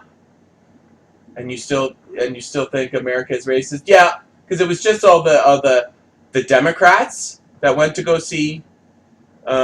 It's like, but the Republicans didn't go to see Black Panther. Oh. What do you think about The ending of that movie is considered one of the worst CGI jobs ever. Oh, hey, well, what about the fucking Black Panther? It's supposed to be a super smart and super everything. They're still fucking using spears, and they're deciding who the leader is by a fight. Seems a little bit on the backward side, don't you think? Nope, it's stunning and brave. It has black people in it. That's all we need. Don't think anymore. That's all there is to know. Black people equals stunning and brave, and it's a 10 out of 10. Look at all those black people, a sea of black people. The only bad people in the movie were white, and that's all very stunning and brave. Yeah, but what about Killmonger? He was kind of the bad guy. Yeah, but we made him a sympathetic villain. See, it's okay to make a black person a bad guy as long as he has an out. So as long as he can kind of be stunning and brave, as long as he is a sympathetic villain, like he can be sort of a tormented good bad guy. He can't be just straight up bad, because that would be racist. There's no black bad guys anymore. We don't do that. We are stunning and brave Hollywood. We don't do bad black guys. We have a set of rules, and we follow them. Enough black people, check. Enough women, check. Enough POCs, check. Enough gay people, check. Where are the gay people in this movie? Well, we weren't. See, the extreme amount of the extreme amount of black in the movie, because we had extra. That sort of, we didn't need the gay in that movie, because because we didn't have to. We don't have to check every single box every single time. We just have to check enough boxes. So if it's there was more than enough black people in this movie that we didn't also need to check a gay box, because the black box got checked so many times that we didn't need to check the gay box or the trans box or the disabled box or the any other box. Do you think like this super strength and this super juice that fell out of space is, and that's the why weren't they helping out their neighbors? Yeah, we're not going to talk about that. You're not going to talk about why Wakanda didn't help out its neighbors, and so they were all starving to death and warring and fighting and warring and dying and starving. What about all of all the clothing and the outfits and the, that seemed like a little bit backwards, don't you think? That no, it's stunning and brave. It's their tradition. It's just, yeah, it was just for looks. But they didn't evolve past that, because they're all dressed up and they're fucking gonna fight to the death. That's very backward thinking. Might makes right. The strongest person, that is caveman days. Yeah, but there was black people in the movie, so it's very stunning and brave. It's the best movie ever made. See, it's right here on the list. The #1 movie ever.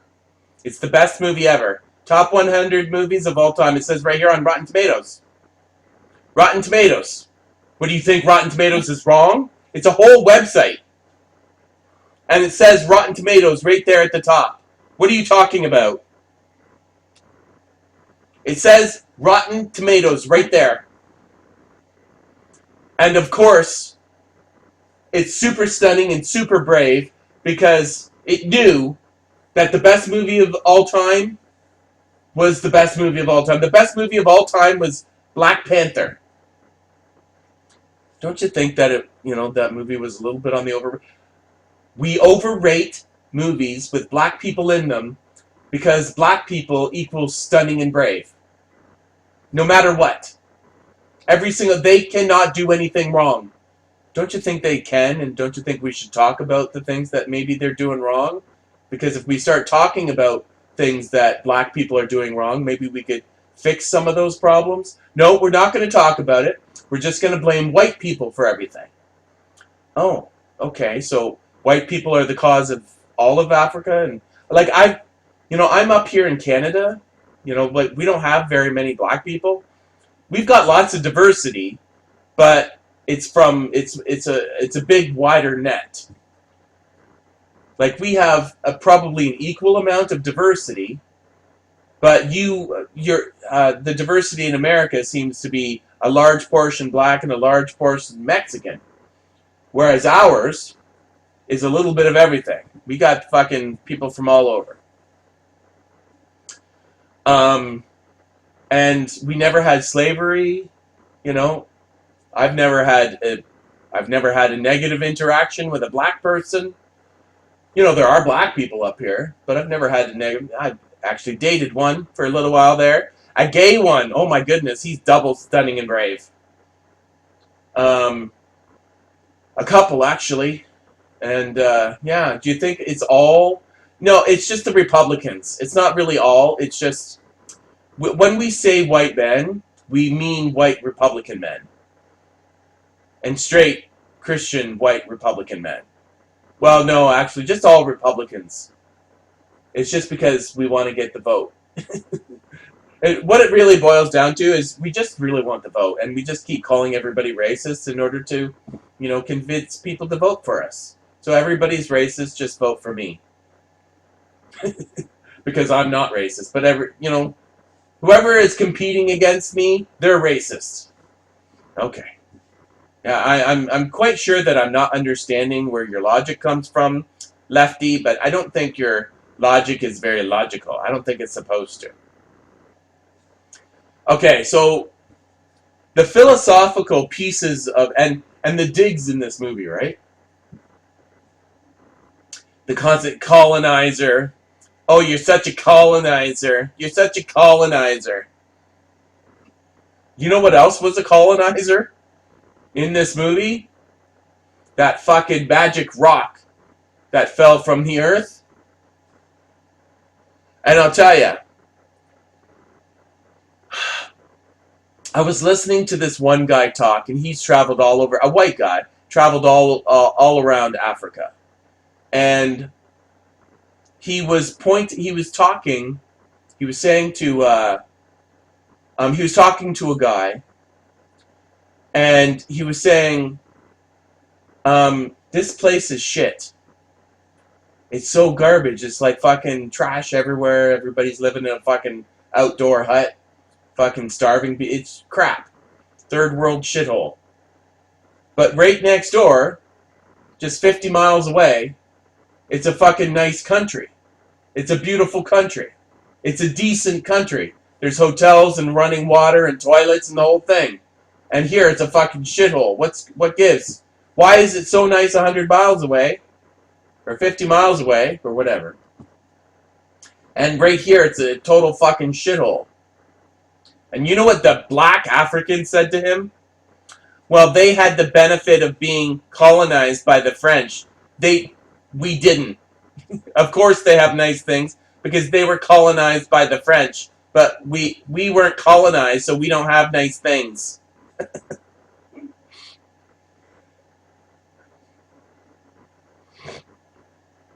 See, that's the problem with bullshitting. Because we can look into it, if you care enough, or maybe you just, oh, the movie told me that the white man is colonizers, and I heard that on CNN and somewhere else, so it's just true now. Somebody used the word colonizers to refer to white people, so.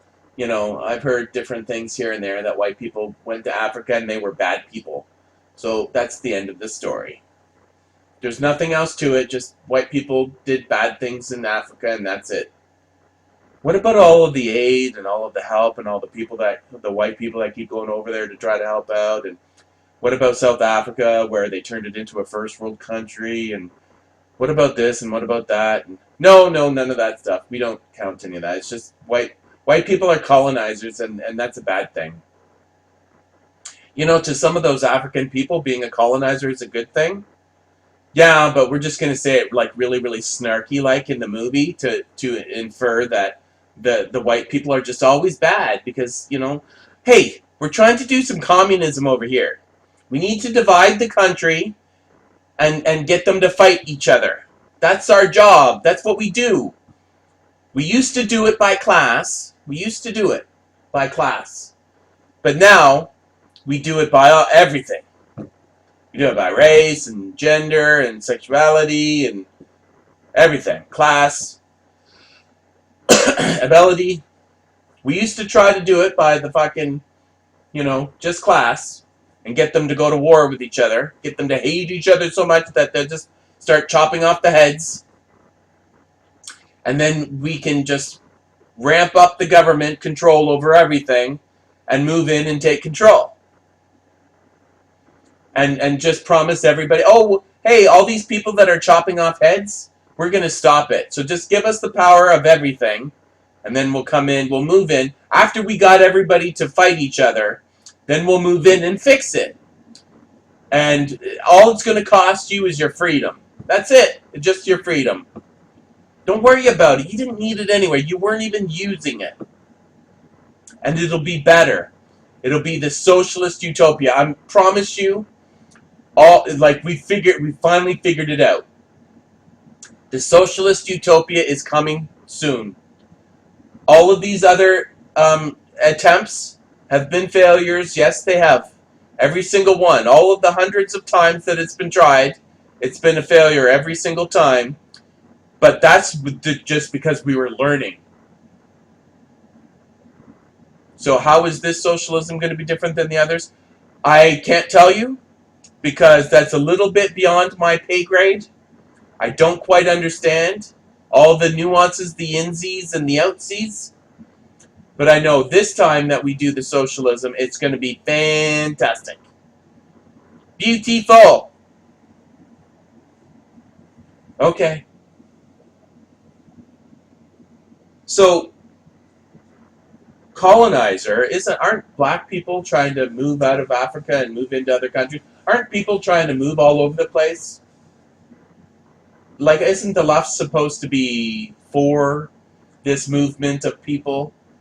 Like they keep, the migrants, the refugees, and the open borders, and let all the Mexicans in, and all this stuff. Aren't they supposed to be for that? Yes, but it's just for other people. It's not for white people. Not for white people. White people need to stay in their own countries and leave the black and brown people alone. Okay, they can ship over some money and some medicine and some technology and some information. And they can ship over everything, all of their belongings and their money, but just they can't move, because then it's called colonizing. But when the black and brown people do it, it's called immigration or migration. It's called stunning and brave. Okay. These rules seem really complicated. They're not complicated when you realize it's just whatever I say is correct and whatever you say is incorrect. That's what I mean by stunning and brave. Okay. Avengers Endgame, the second best movie of all time. Wow, it's just... I haven't even seen this movie, by the way. I haven't. I have not seen Avengers Endgame. Now, am I a bad person? I just don't care. I did see Black Panther, though. That was, 2018. I did see that one. It's just because everybody's talking about it so fucking much. Right? Oh my god, it made the most money ever. Okay, I'll fucking see it. Shut up about fucking Black Panther. And then I was like, really? That's what all the hype was about? It was okay. But I don't know. I'm just so sick of fucking comic book movies. Shut up! Us. Oh my goodness.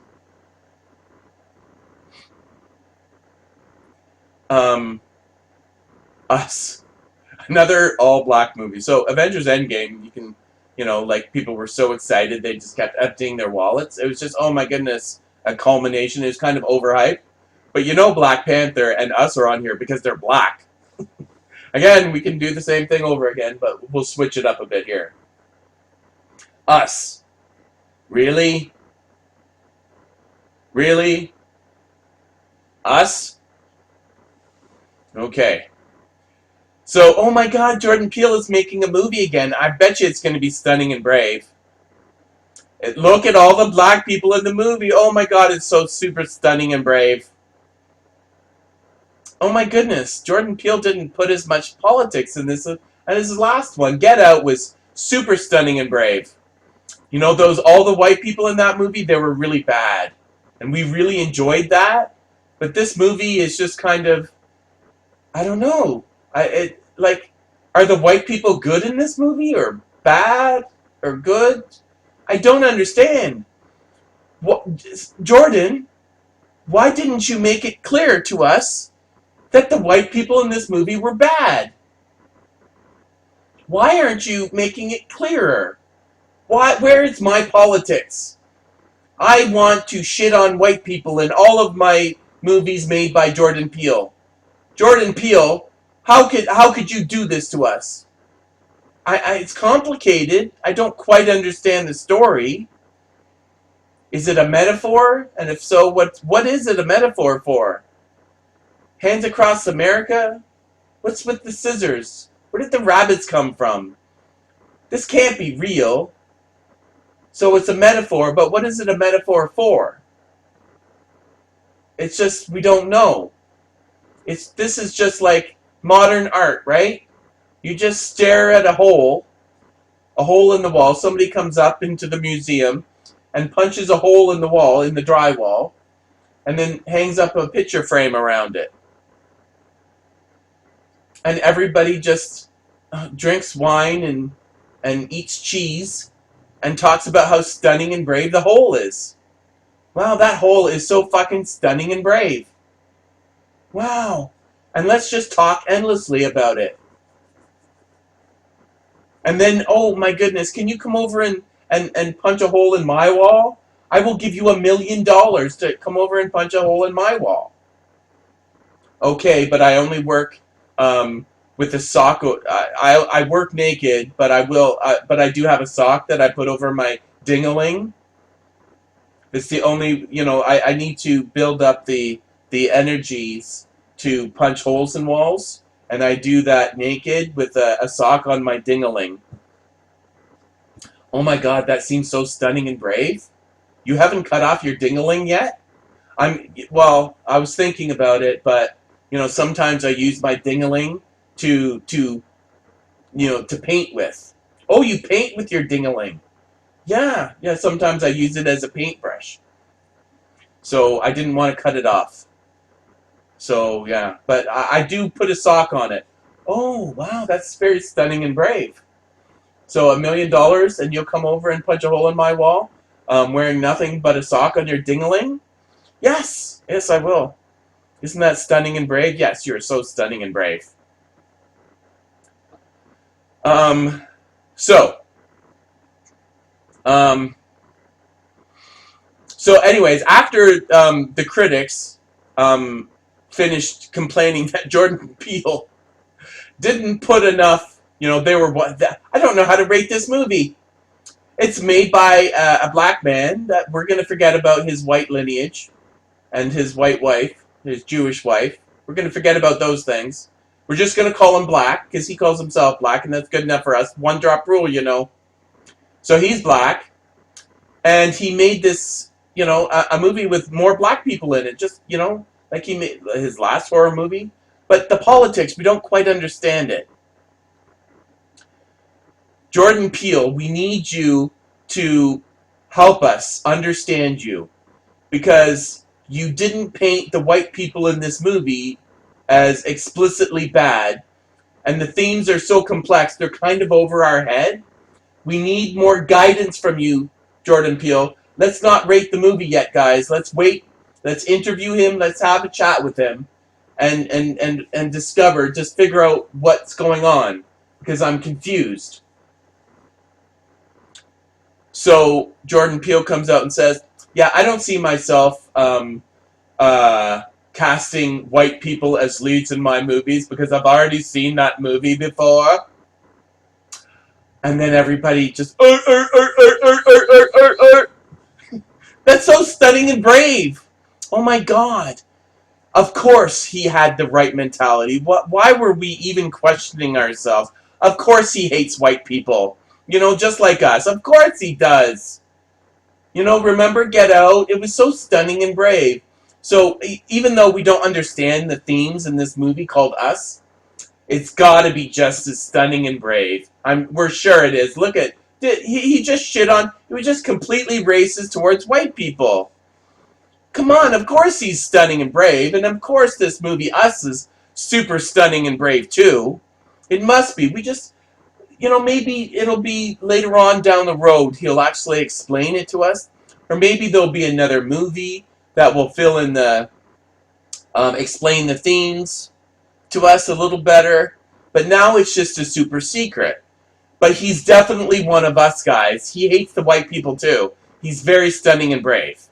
So let's give this movie number 3 on the best movies of all time. Us. The second horror movie by super stunning and brave Jordan Peele. Okay. Third best movie of all time. Oh, it's just they're all so recent too. It's just so quinky dinky.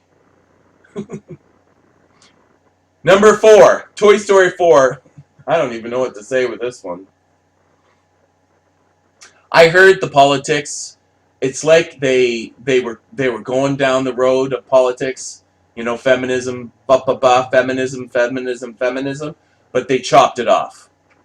It's like every single feminist uh, piece was cut off. That's what I heard. I'm not gonna watch. I think I've seen maybe one of these movies. I've probably seen the first one, but I think that's it. But it's universally known as the worst of the series. 1, 2, and 3. This one is clearly the worst of them. According to everybody that I've ever talked to. But guess what? Not Rotten Tomatoes. Toy Story 4. How much did it cost Disney to put Toy Story 4 at the number 4 movie of all time? Rotten Tomatoes. How much does that cost? $27,000. That's it. That's all they had to pay to get to number 4. Wow, 20. That's very stunning and brave of you. Because this movie is just, you know, the 4th best movie. Oh wow, that's just fantastic. So again, I don't know the politics in it. I heard that each time they went down the feminist road, it kind of got cut off at the knees, which means that it's possible that it was chock full of feminism, but at the last minute they said, "Oh God, feminism! Our politics is kind of getting a little bit out of control over here in Hollywoodville, so maybe we should cut it down." I don't know. I don't know. It's possible. I don't know. Maybe I don't know, and maybe it's completely wrong. I have no clue. But from what I heard, Bo Peep was starting to push Woody and freaking Buzz to the side. Trying to anyway. Very stunning and brave. Lady Bird, I have no idea what the fuck that is. Isn't this a remake, though? Isn't that the name of a song?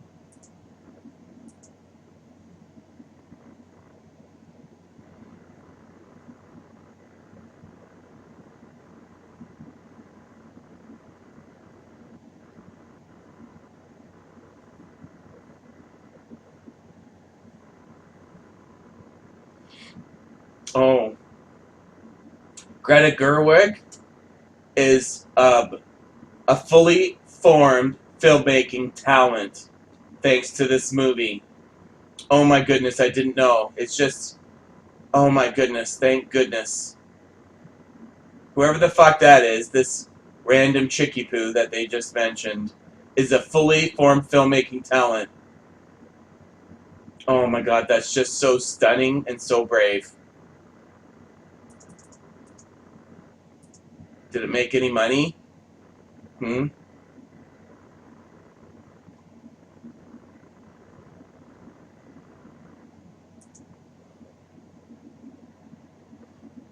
a fully formed filmmaking talent. I wish they would have done the F. Fully formed fantabulousness. So it cost $10 million to make, and it brought it. Yes, it made some money.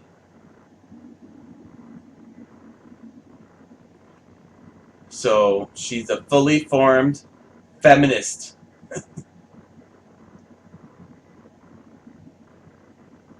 Feminist filmmaking talent. What's the movie about? Yeah, we don't care. It's about a lady who's a bird. The fifth best movie of all time. So clearly it's a feminist movie, right? I mean, I don't even know what the fuck this list is. What the fuck are we talking about? What the fuck is going on? This has got to be the dumbest list of the top movies of all time ever created. This is on the fucking Rotten Tomatoes website, not mine.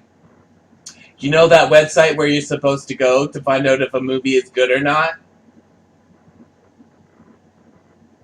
Yeah, that website. Lady Bird is number 5. I thought, like I said, Lady Bird is a song. I'm sure it is.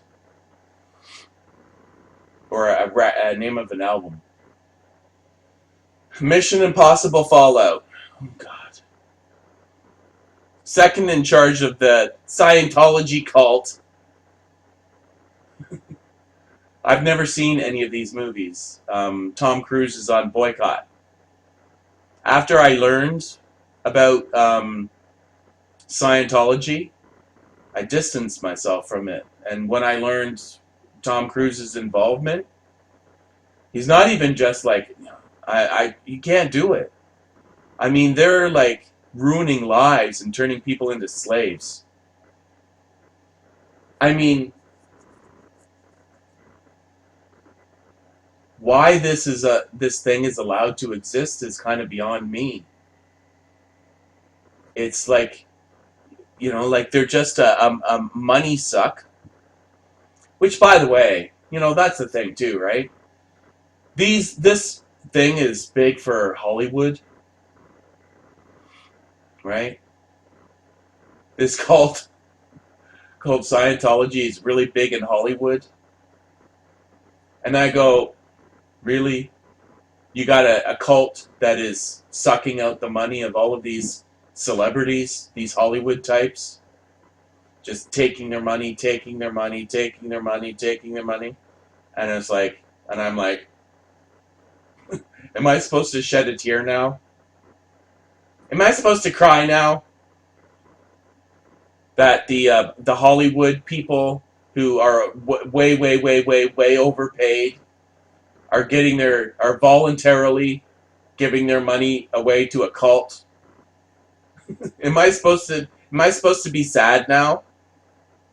Oh no, the overpaid Hollywood pretender lefty commies are getting ripped off by a cult.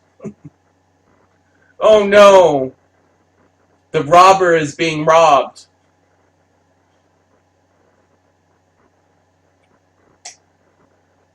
Okay. But seriously, after I found out about Tom Cruise, which was a long time ago, sometime around the Oprah incident,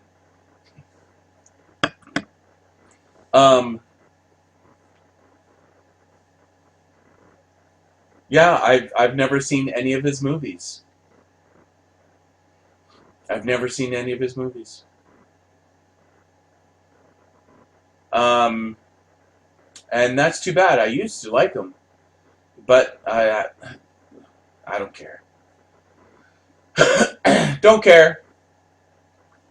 No, it's too bad. I had the Top Gun soundtrack, the cassette tape. You remember those? You know what a cassette tape is? Do ya? I used to have a ghetto blaster. Do you know what that is? Actually, come to think of it, the ghetto blaster? Is that racist? Why did they call it? Well, we called it a ghetto blaster. Did everybody call it a ghetto blaster?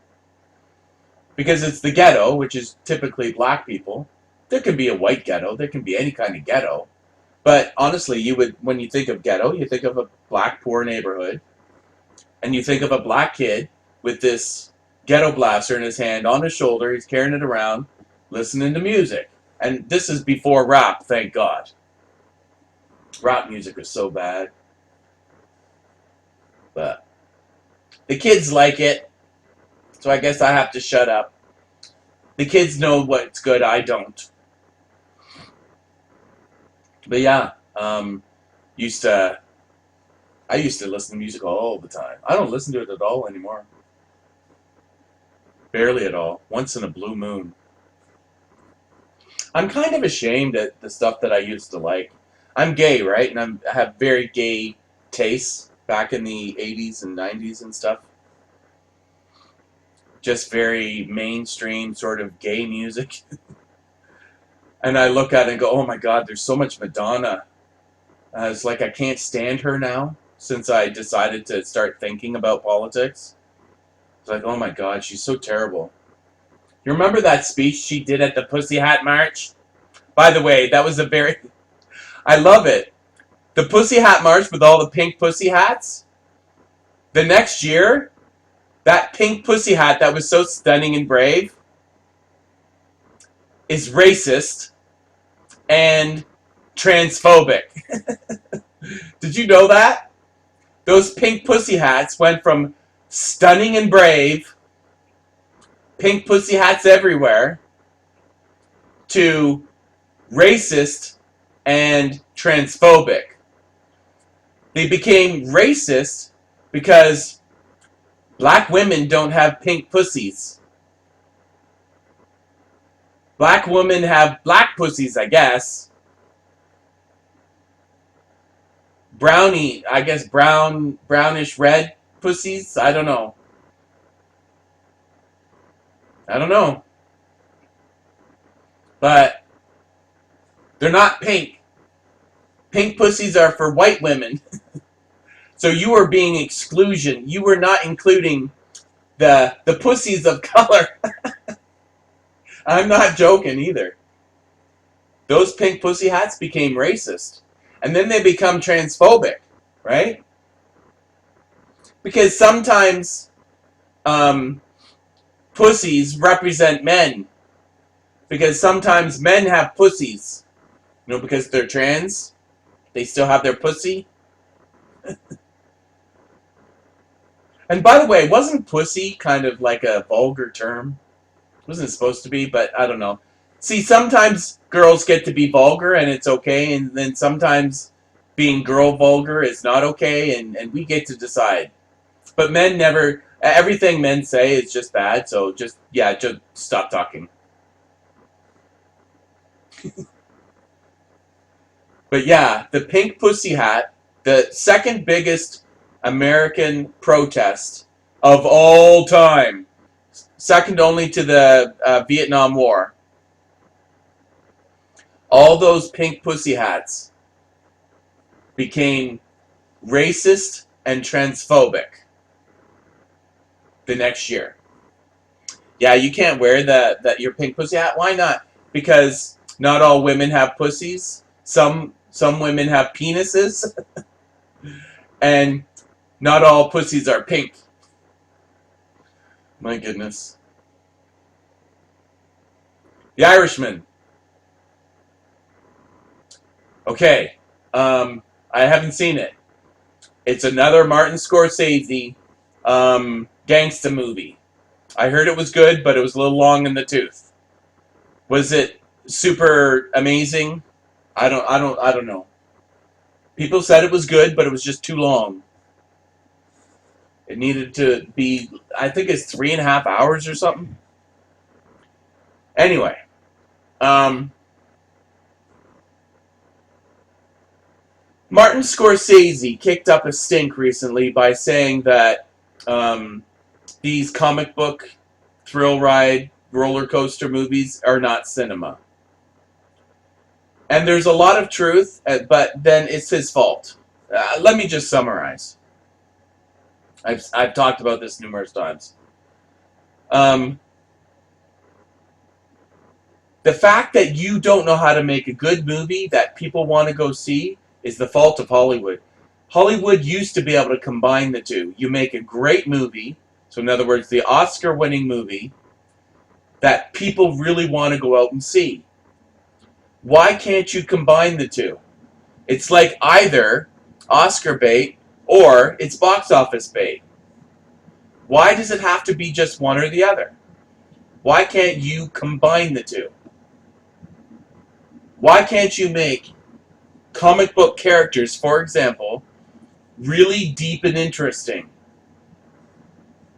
really in-depth a character study of a comic book character or multiple?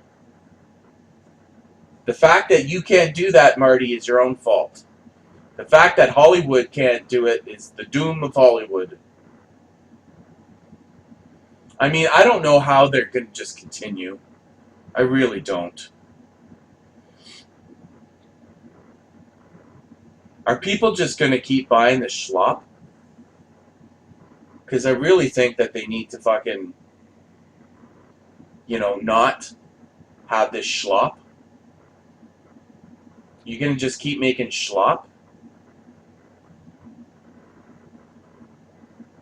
I don't know. It's just, I want to have fun at the movies, for fuck's sakes. But I just think with all the politics, you just put politics first, so that's what we got to talk about. You're starting conversations all right, and you're killing the buzz. Now, finally, number 8, The Wizard of Oz. Finally, a movie worthy of being in a top list. The Wizard of Oz. I wonder, is it stunning and brave?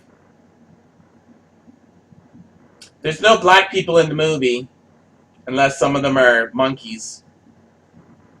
Actually, were the monkeys? Yeah, they were. They were played by people, right? So they must have been. They didn't have computer generation back then. So the monkeys were people. They must have been, what, midgets as well? Little people? Just like the Munchkins? Actually, are the Munchkins racist now? Because they called them Munchkins?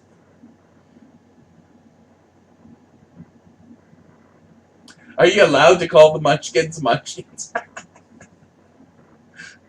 Is the Munchkins racist? Are we allowed to call the Munchkins Munchkins? I don't know. But the monkeys, were they real monkeys? Maybe they were. And they just strapped some wings to the back or something? I can't remember.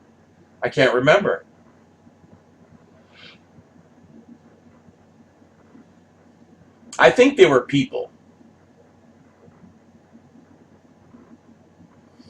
I love that movie. Man, this is the first movie that I ever fell in love with. I remember being a kid, so it would have been in the 70s, mid-late 70s, mid-70s. A young kid. Well, late 70s. And the movie came on, and it would come on every year or two, right? And I'd watch it every single time, and there was just, oh my God, it was magical. That's what Hollywood is supposed to be doing. It's supposed to make you fall in love with the movie. They used to know that. Now it's all about, guys, don't put milk in your coffee because you're raping cows. My name is Joaquin Phoenix, and I did Joker, so now I have a platform, and I'm going to use this platform to remind you to not stop raping cows. Don't rape cows. You're being a naughty boy. Now I've got to go soon, because I've got a private jet over to a protest with Jane Fonda. Yeah, I'm going to take my private jet, because my words are really important. The environment is important. I'm going to talk about being good for the environment. But, you just have to risk it. I'm just so important of a person that my mouth moving is going to make the environment better, even though I'm kind of making the environment better through my actual actions, but I'm sure it will be a net positive because my mouth is moving and I'm really important. So unfortunately, you have to be not so stunning and brave to be stunning and brave. Do as I say, not as I do. Okay, guys? Just do what I tell you to do. Don't copy me.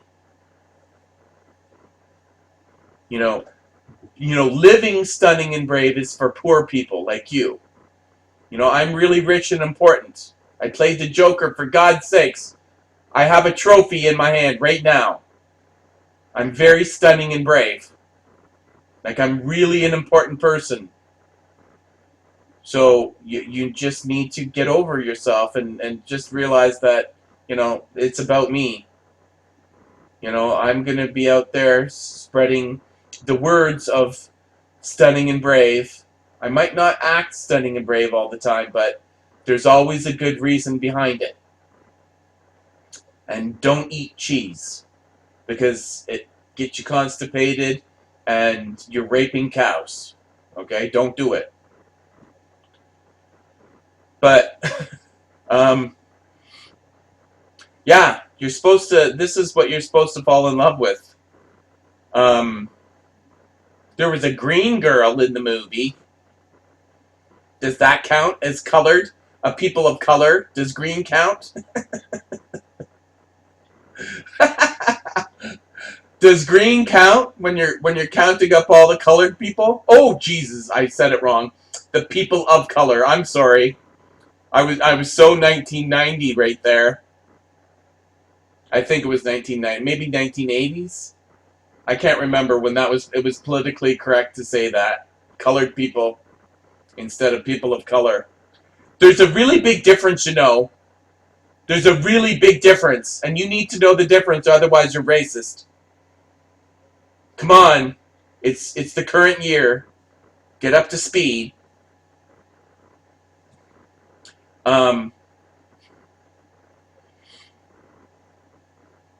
Yeah, I just wonder if green cats and those monkey people, they were, I don't know, they were actually the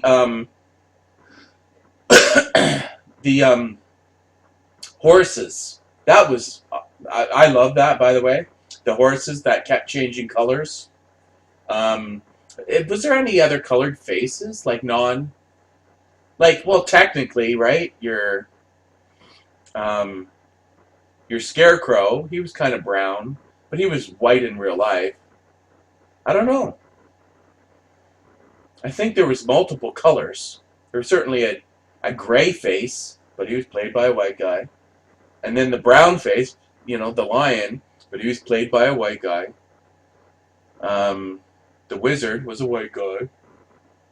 Just so many white people in this movie, but I'm sure there was all sorts of others too, right? I don't know. Yeah, I just wonder. Does green count? I would love like a really really well filmed SJWs, like super serious SJW. Do it, please do it, and put the email me at my website. You can just go to GaryProjects.com, right, and click on contact and send me an email. Well, do it, like a super super serious SJW panel, about race, and it's super serious and super big. And you just, in the Q&A, you just say, you have to figure out how to not laugh. You have to not laugh. You have to be super serial, people. And you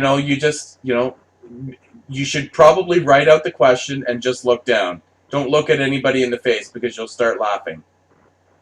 And you just read your question, and the question is, to the super serious SJW panel of race experts. I was rewatching The Wizard of Oz recently, and there was a disturbingly small amount of people of color in the film. And I was just wondering if we get to count the Wicked Witch of the West as a person of color because she was green. Oh my god. Oh my god. And hopefully you haven't started laughing yet, right? Hopefully they start to look at each other and go, "Oh my goodness, that's such a good question. That is super serial, and that is very stunning and brave of you to bring that up. I'm super stunning and brave myself, but I just don't know the answer to this question. Let me turn to my colleagues and my fellow panelists. Do you have anything to add? Do you know how to answer this question? Is the green Wicked Witch of the West a person of color? And watch them talk back and forth and record it all. Oh my god, that would be so awesome.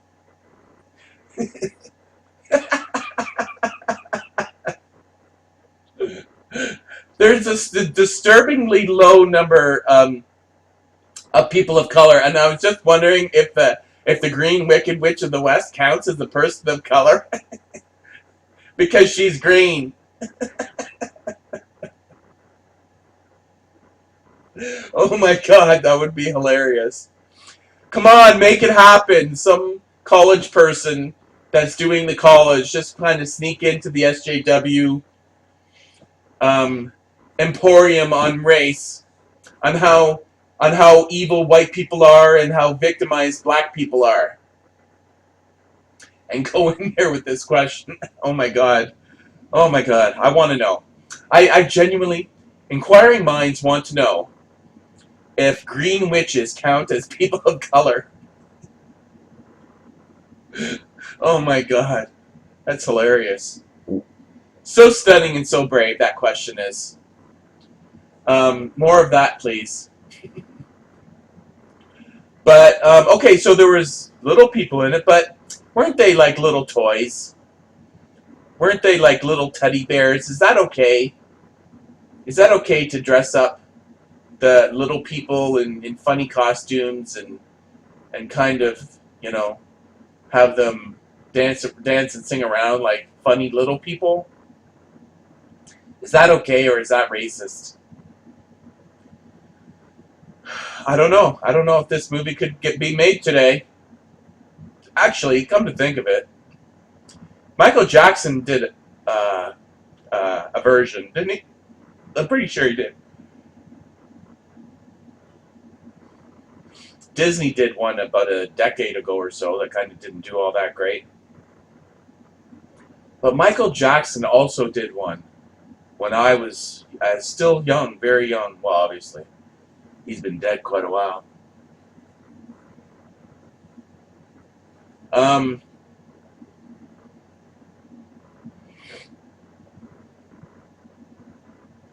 Yeah, I don't know. But please make that happen. If you hear this, just send it out to all of your college buddies, especially the ones on the coast, because they got a lot of stunning and brave lectures there, and lots of people want to, talk and discuss frickin' anything that is, especially if it's stupid. Excuse me, Professor. I just want to know if the Wicked Witch of the West and the Wizard of Oz counts as a person of color because she was green.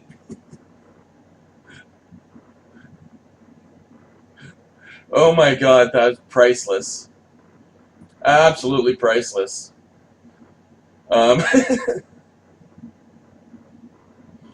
Okay. So again, the first movie that should be on this list. The next one, Citizen Kane. What? Now, I've never seen this movie. Maybe I should watch it someday. But it just doesn't look like a good movie. It doesn't look like something that I'd be interested in. Um, I don't really have much to say about Citizen Kane. Um,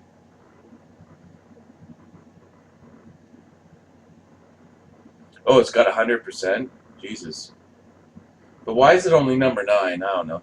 Because we're really special over here at Rotten Tomatoes, and we do the adjusted score things. And, you could click here to find out what adjusted score means, but whatever. Only 84 people voted Citizen Kane, 100%. Woo! Wait, Jesus. Oh, that's crazy, too. Another 100%? But anyway, so people, some people say that this is completely fucking overrated. It's a good movie, but the best movie ever made. A lot of people say that that's bullshit. Well, some people I trust say bullshit. It's just like one of those. Yeah, we're just gonna call it the best movie ever made, and that's the end of it. Yeah, it's just the best movie ever made. Are you sure it is? Yeah, we don't really know. We're just gonna call it that. It's like let's just cross out Citizen Kane and just say the best movie ever made. Just call it that. Um, yeah. So I don't know. Black Klansman. Oh my God. Another racial grievance movie from none other than bum bum bum bum Jason Blum from Blumhouse. At least in part. So I don't know. I'm just it's got KKK in the title. I can guess that it's going to be. All those white people are also naughty. They're naughty, naughty white people. So I just skip it. I don't know if it did well at the box office. I don't know. This is before I really. I don't know. I just don't have any time for it. The Cabinet of Dr. Caligari. First, um, it's not. But by many people's account, this is the first horror movie ever made. The first. 1920. The first. So, but it's not. But I mean, what do you consider horror? And when did a movie start? Like it's really everything is complicated, right? Now, I think it's fair to say that this is the first full length feature film ever horror film ever made. I think that's fair. Because before this, the only thing that I can find are some short movies that are horror. There's one of a dancing skeleton short film. Is that a horror movie? Well, it was at the time. Seeing a motion picture of a dancing skeleton, yeah, that was enough to freak people out, and it did.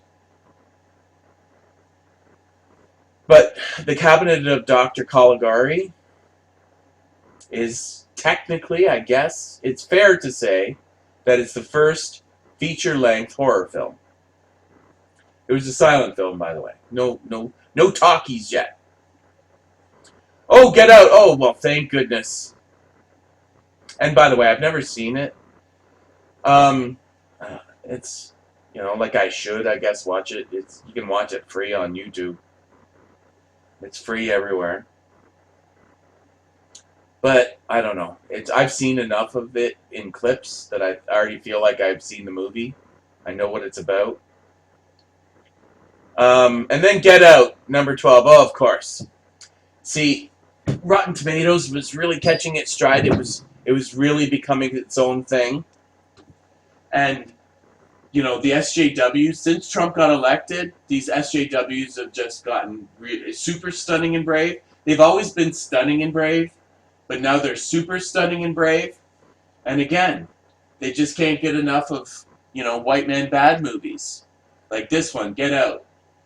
A stunning and brave look at of slavery through a modern tint. Anyway, hold on.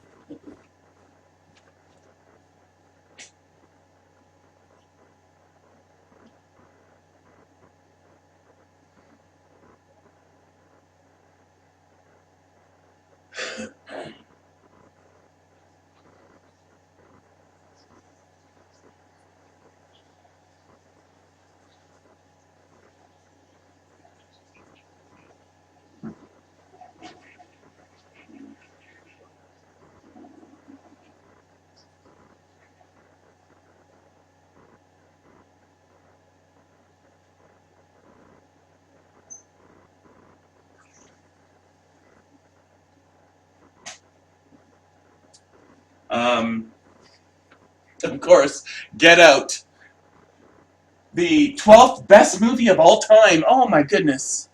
Now, yeah, like when you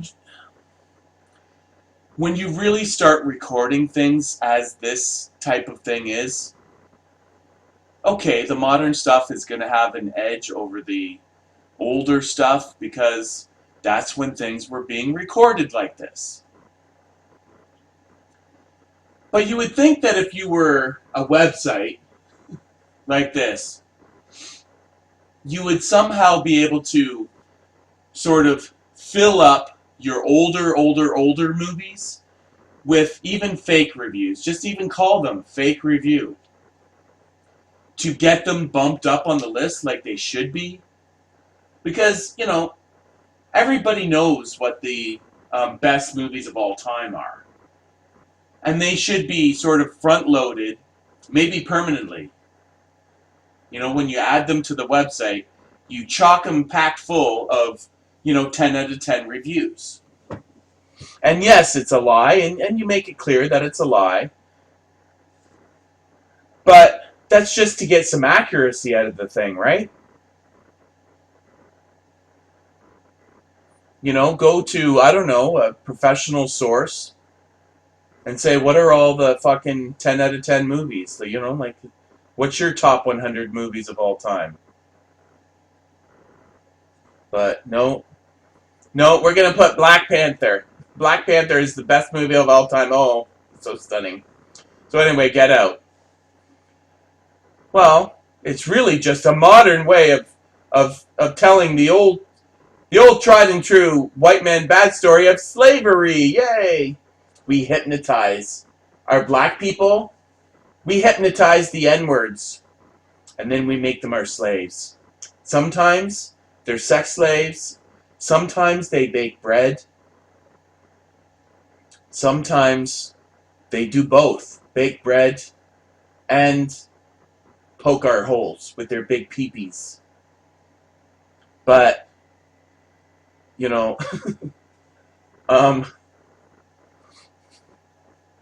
okay. I haven't been reminded about white on black slavery in about 12 minutes. Thank you, Jordan. Thank you very much. I haven't been, just Jordan. Jordan, hello, Jordan. I'm just wondering, when are you going to make a slavery movie about African on African slavery? What? What's that? Never?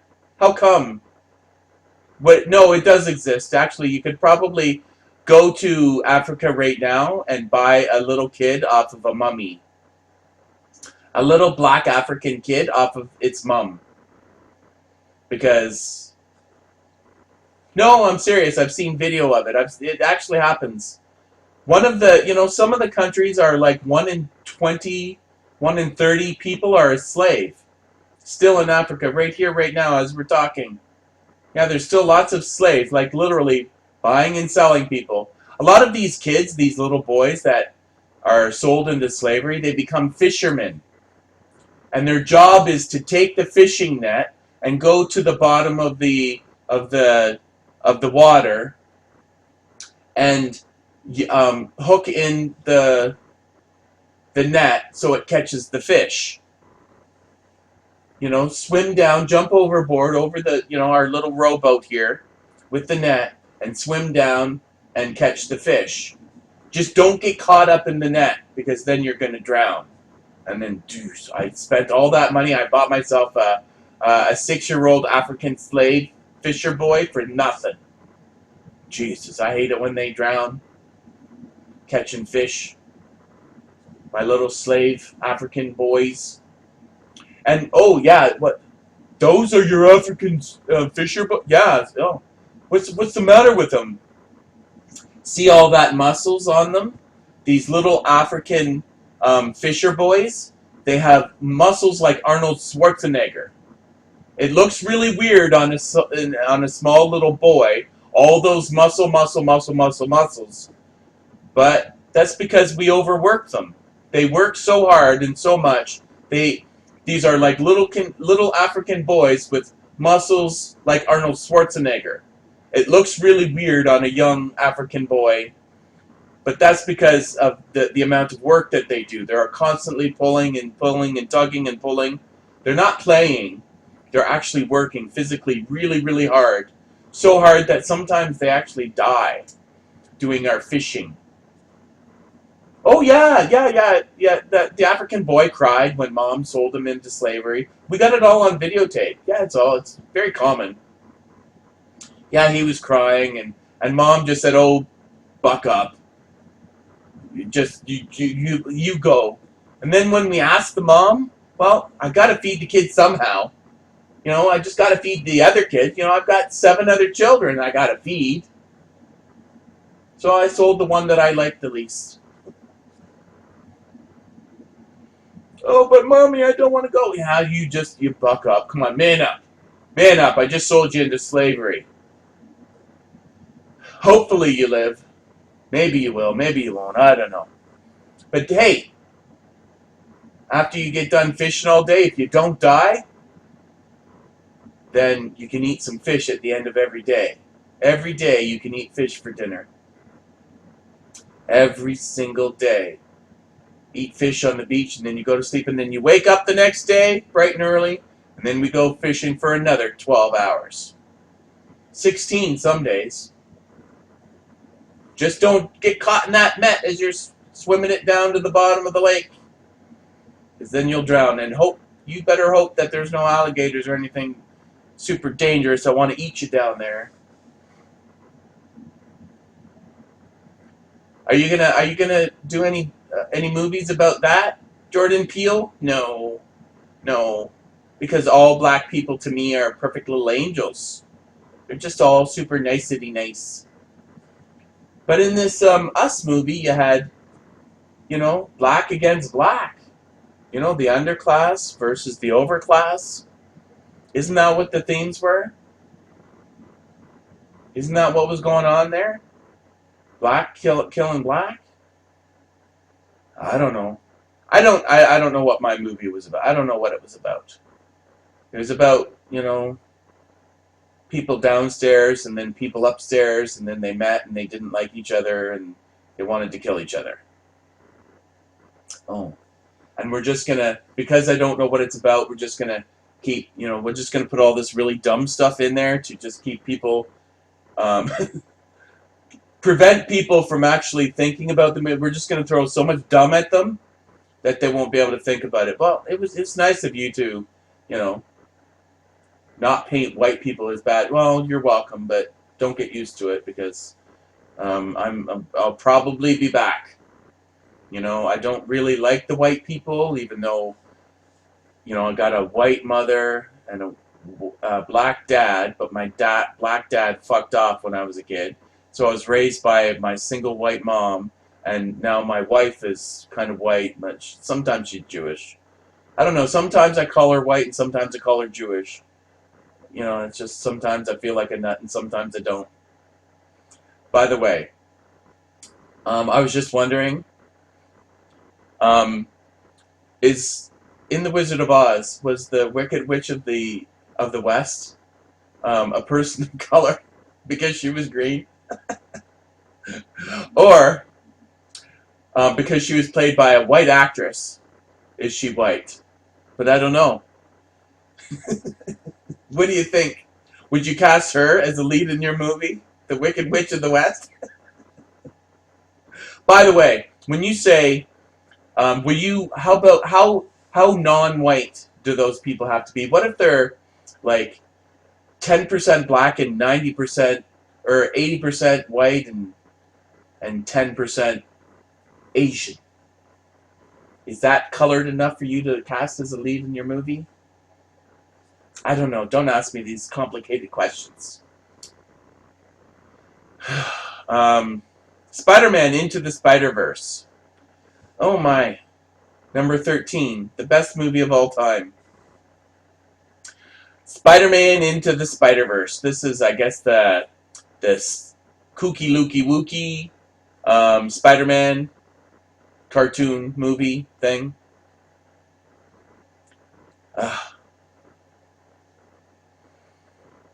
There's a pig Spider-Man. There's a black Spider-Man. Was there a girl Spider-Man? I don't know. There's an everything. Everything is a Spider-Man. Spider-Man can be anything you want it to be because this is Crazyville. Okay. I don't know. I didn't see the movie. Mad Max Fury Road. Everybody got, oh my goodness, this is so stunning and brave. Mad Max Fury Road isn't even about Mad Max. It's kind of like The Invisible Man. It's actually, it should be called The Invisible Man's Ex-Girlfriend. Mad Max Fury Road, it should be Furiosa Road. Or Mad Furiosa. Isn't that her name? I think it was. Mad Max played second fiddle in a Mad Max movie. Because what we needed a one-armed girl to kick man ass. She was so stunning and brave.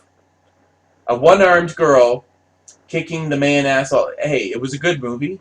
I'm going to just say. But I'm really getting, like this girl power.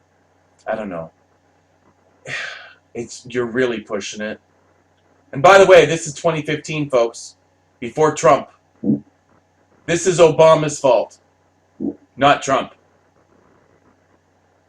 So if you think all of this came in with just Trump, no, no, no. They've been working on this stupid for a long time. The one-armed girl is going to beat up Mad Max because, she's stunning and brave.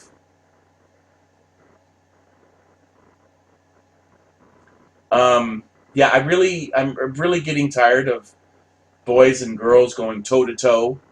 Like if it happened, I don't know, if it was once in a blue moon, you go, well, it's just a movie, it doesn't matter.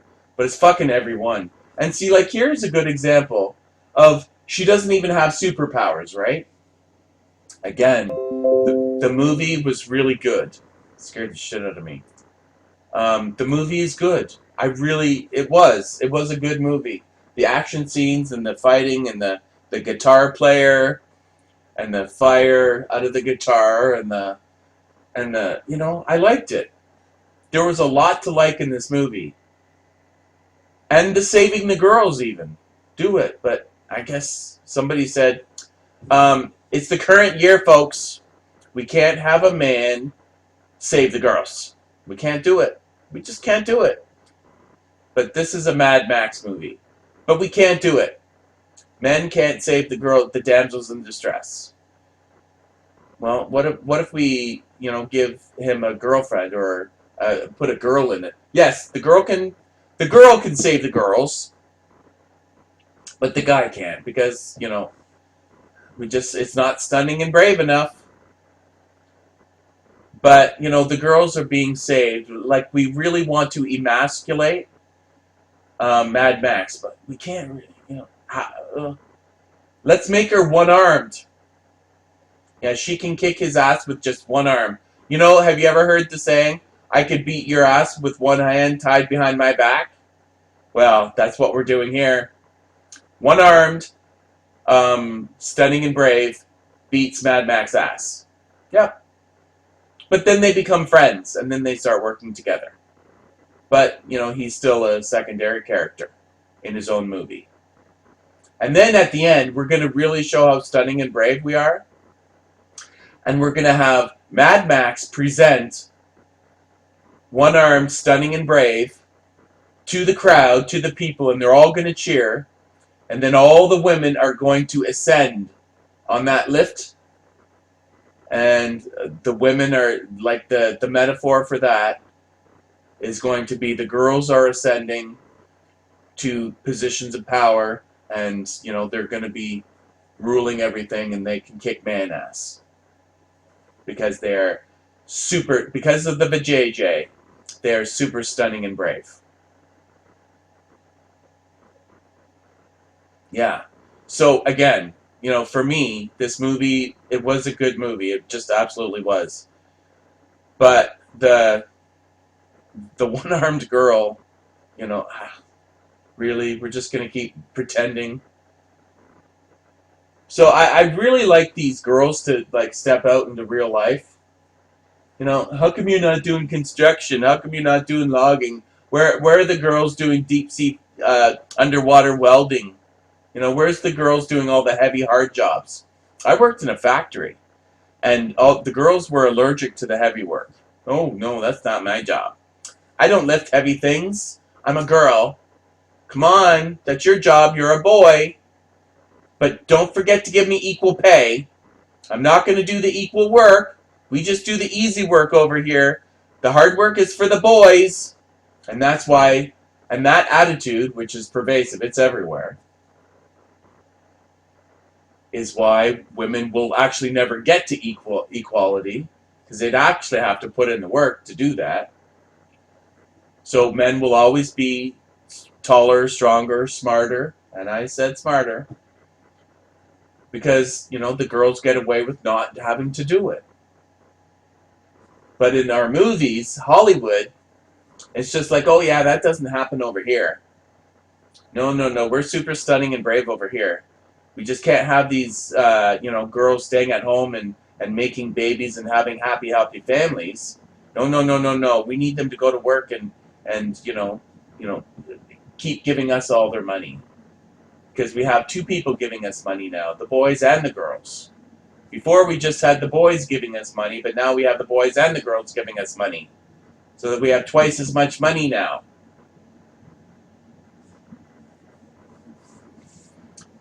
Modern Times. I have no idea what that is. I have no fucking clue.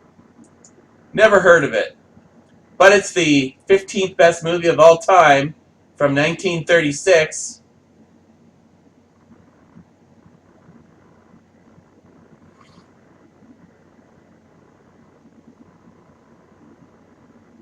Isn't Charlie Chaplin Robert Downey Jr.'s father?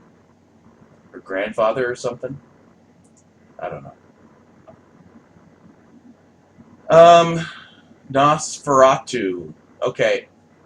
1922. So 2 years after your doctor, the Cabinet of Dr. Caligari, they're really kind of going heavy on the classic horror movies. Um, I don't know. I find this movie kind of boring and overrated. I don't. These silent old films, I can. I don't know. I don't want to talk about it. I'm getting hungry, so I'm going to call that a stream. But, I mean, just take a look at the rest of this. I mean, Black Panther is the best movie of all time. No, it's not. I'm sorry. No, not even close. It actually doesn't even make the list of the top 100 movies of all time. No, not even on the list. It might make the top 100 movies of 2018, but that's about it. Okay? So I hope you guys had fun. Give me all your money. There's a link down to my PayPal account for you to deposit all of your money into, so that I can have your money and you can't. And by the way, make that a thing. Okay? Dear Professor Comrade, is the Wicked Witch of the West. I was watching The Wizard of Oz, and I was shocked at how few people of color there were in the movie. And I was just wondering, is the Wicked Witch of the West considered a person of color? Because she was green. Oh my god, that's fucking hilarious. Oh my god, do it. But you gotta keep a straight face. Okay? Because I want their serious answers. I want them super serial. Super serial. And if this has already been done, if I'm not the originator of this funny joke, of this funny, then, send me an email and give me a link to that, too. Or put it in a comment or something. Gary, you're very not original. We've already done this. And here's the link. Yeah, do that, okay? She's green. She's not white. But she's played by a white... Oh, it's so... Oh, do we put her in the column or not? Oh, God, this is so confusing. Anyway, we'll talk to you later, guys. Bye.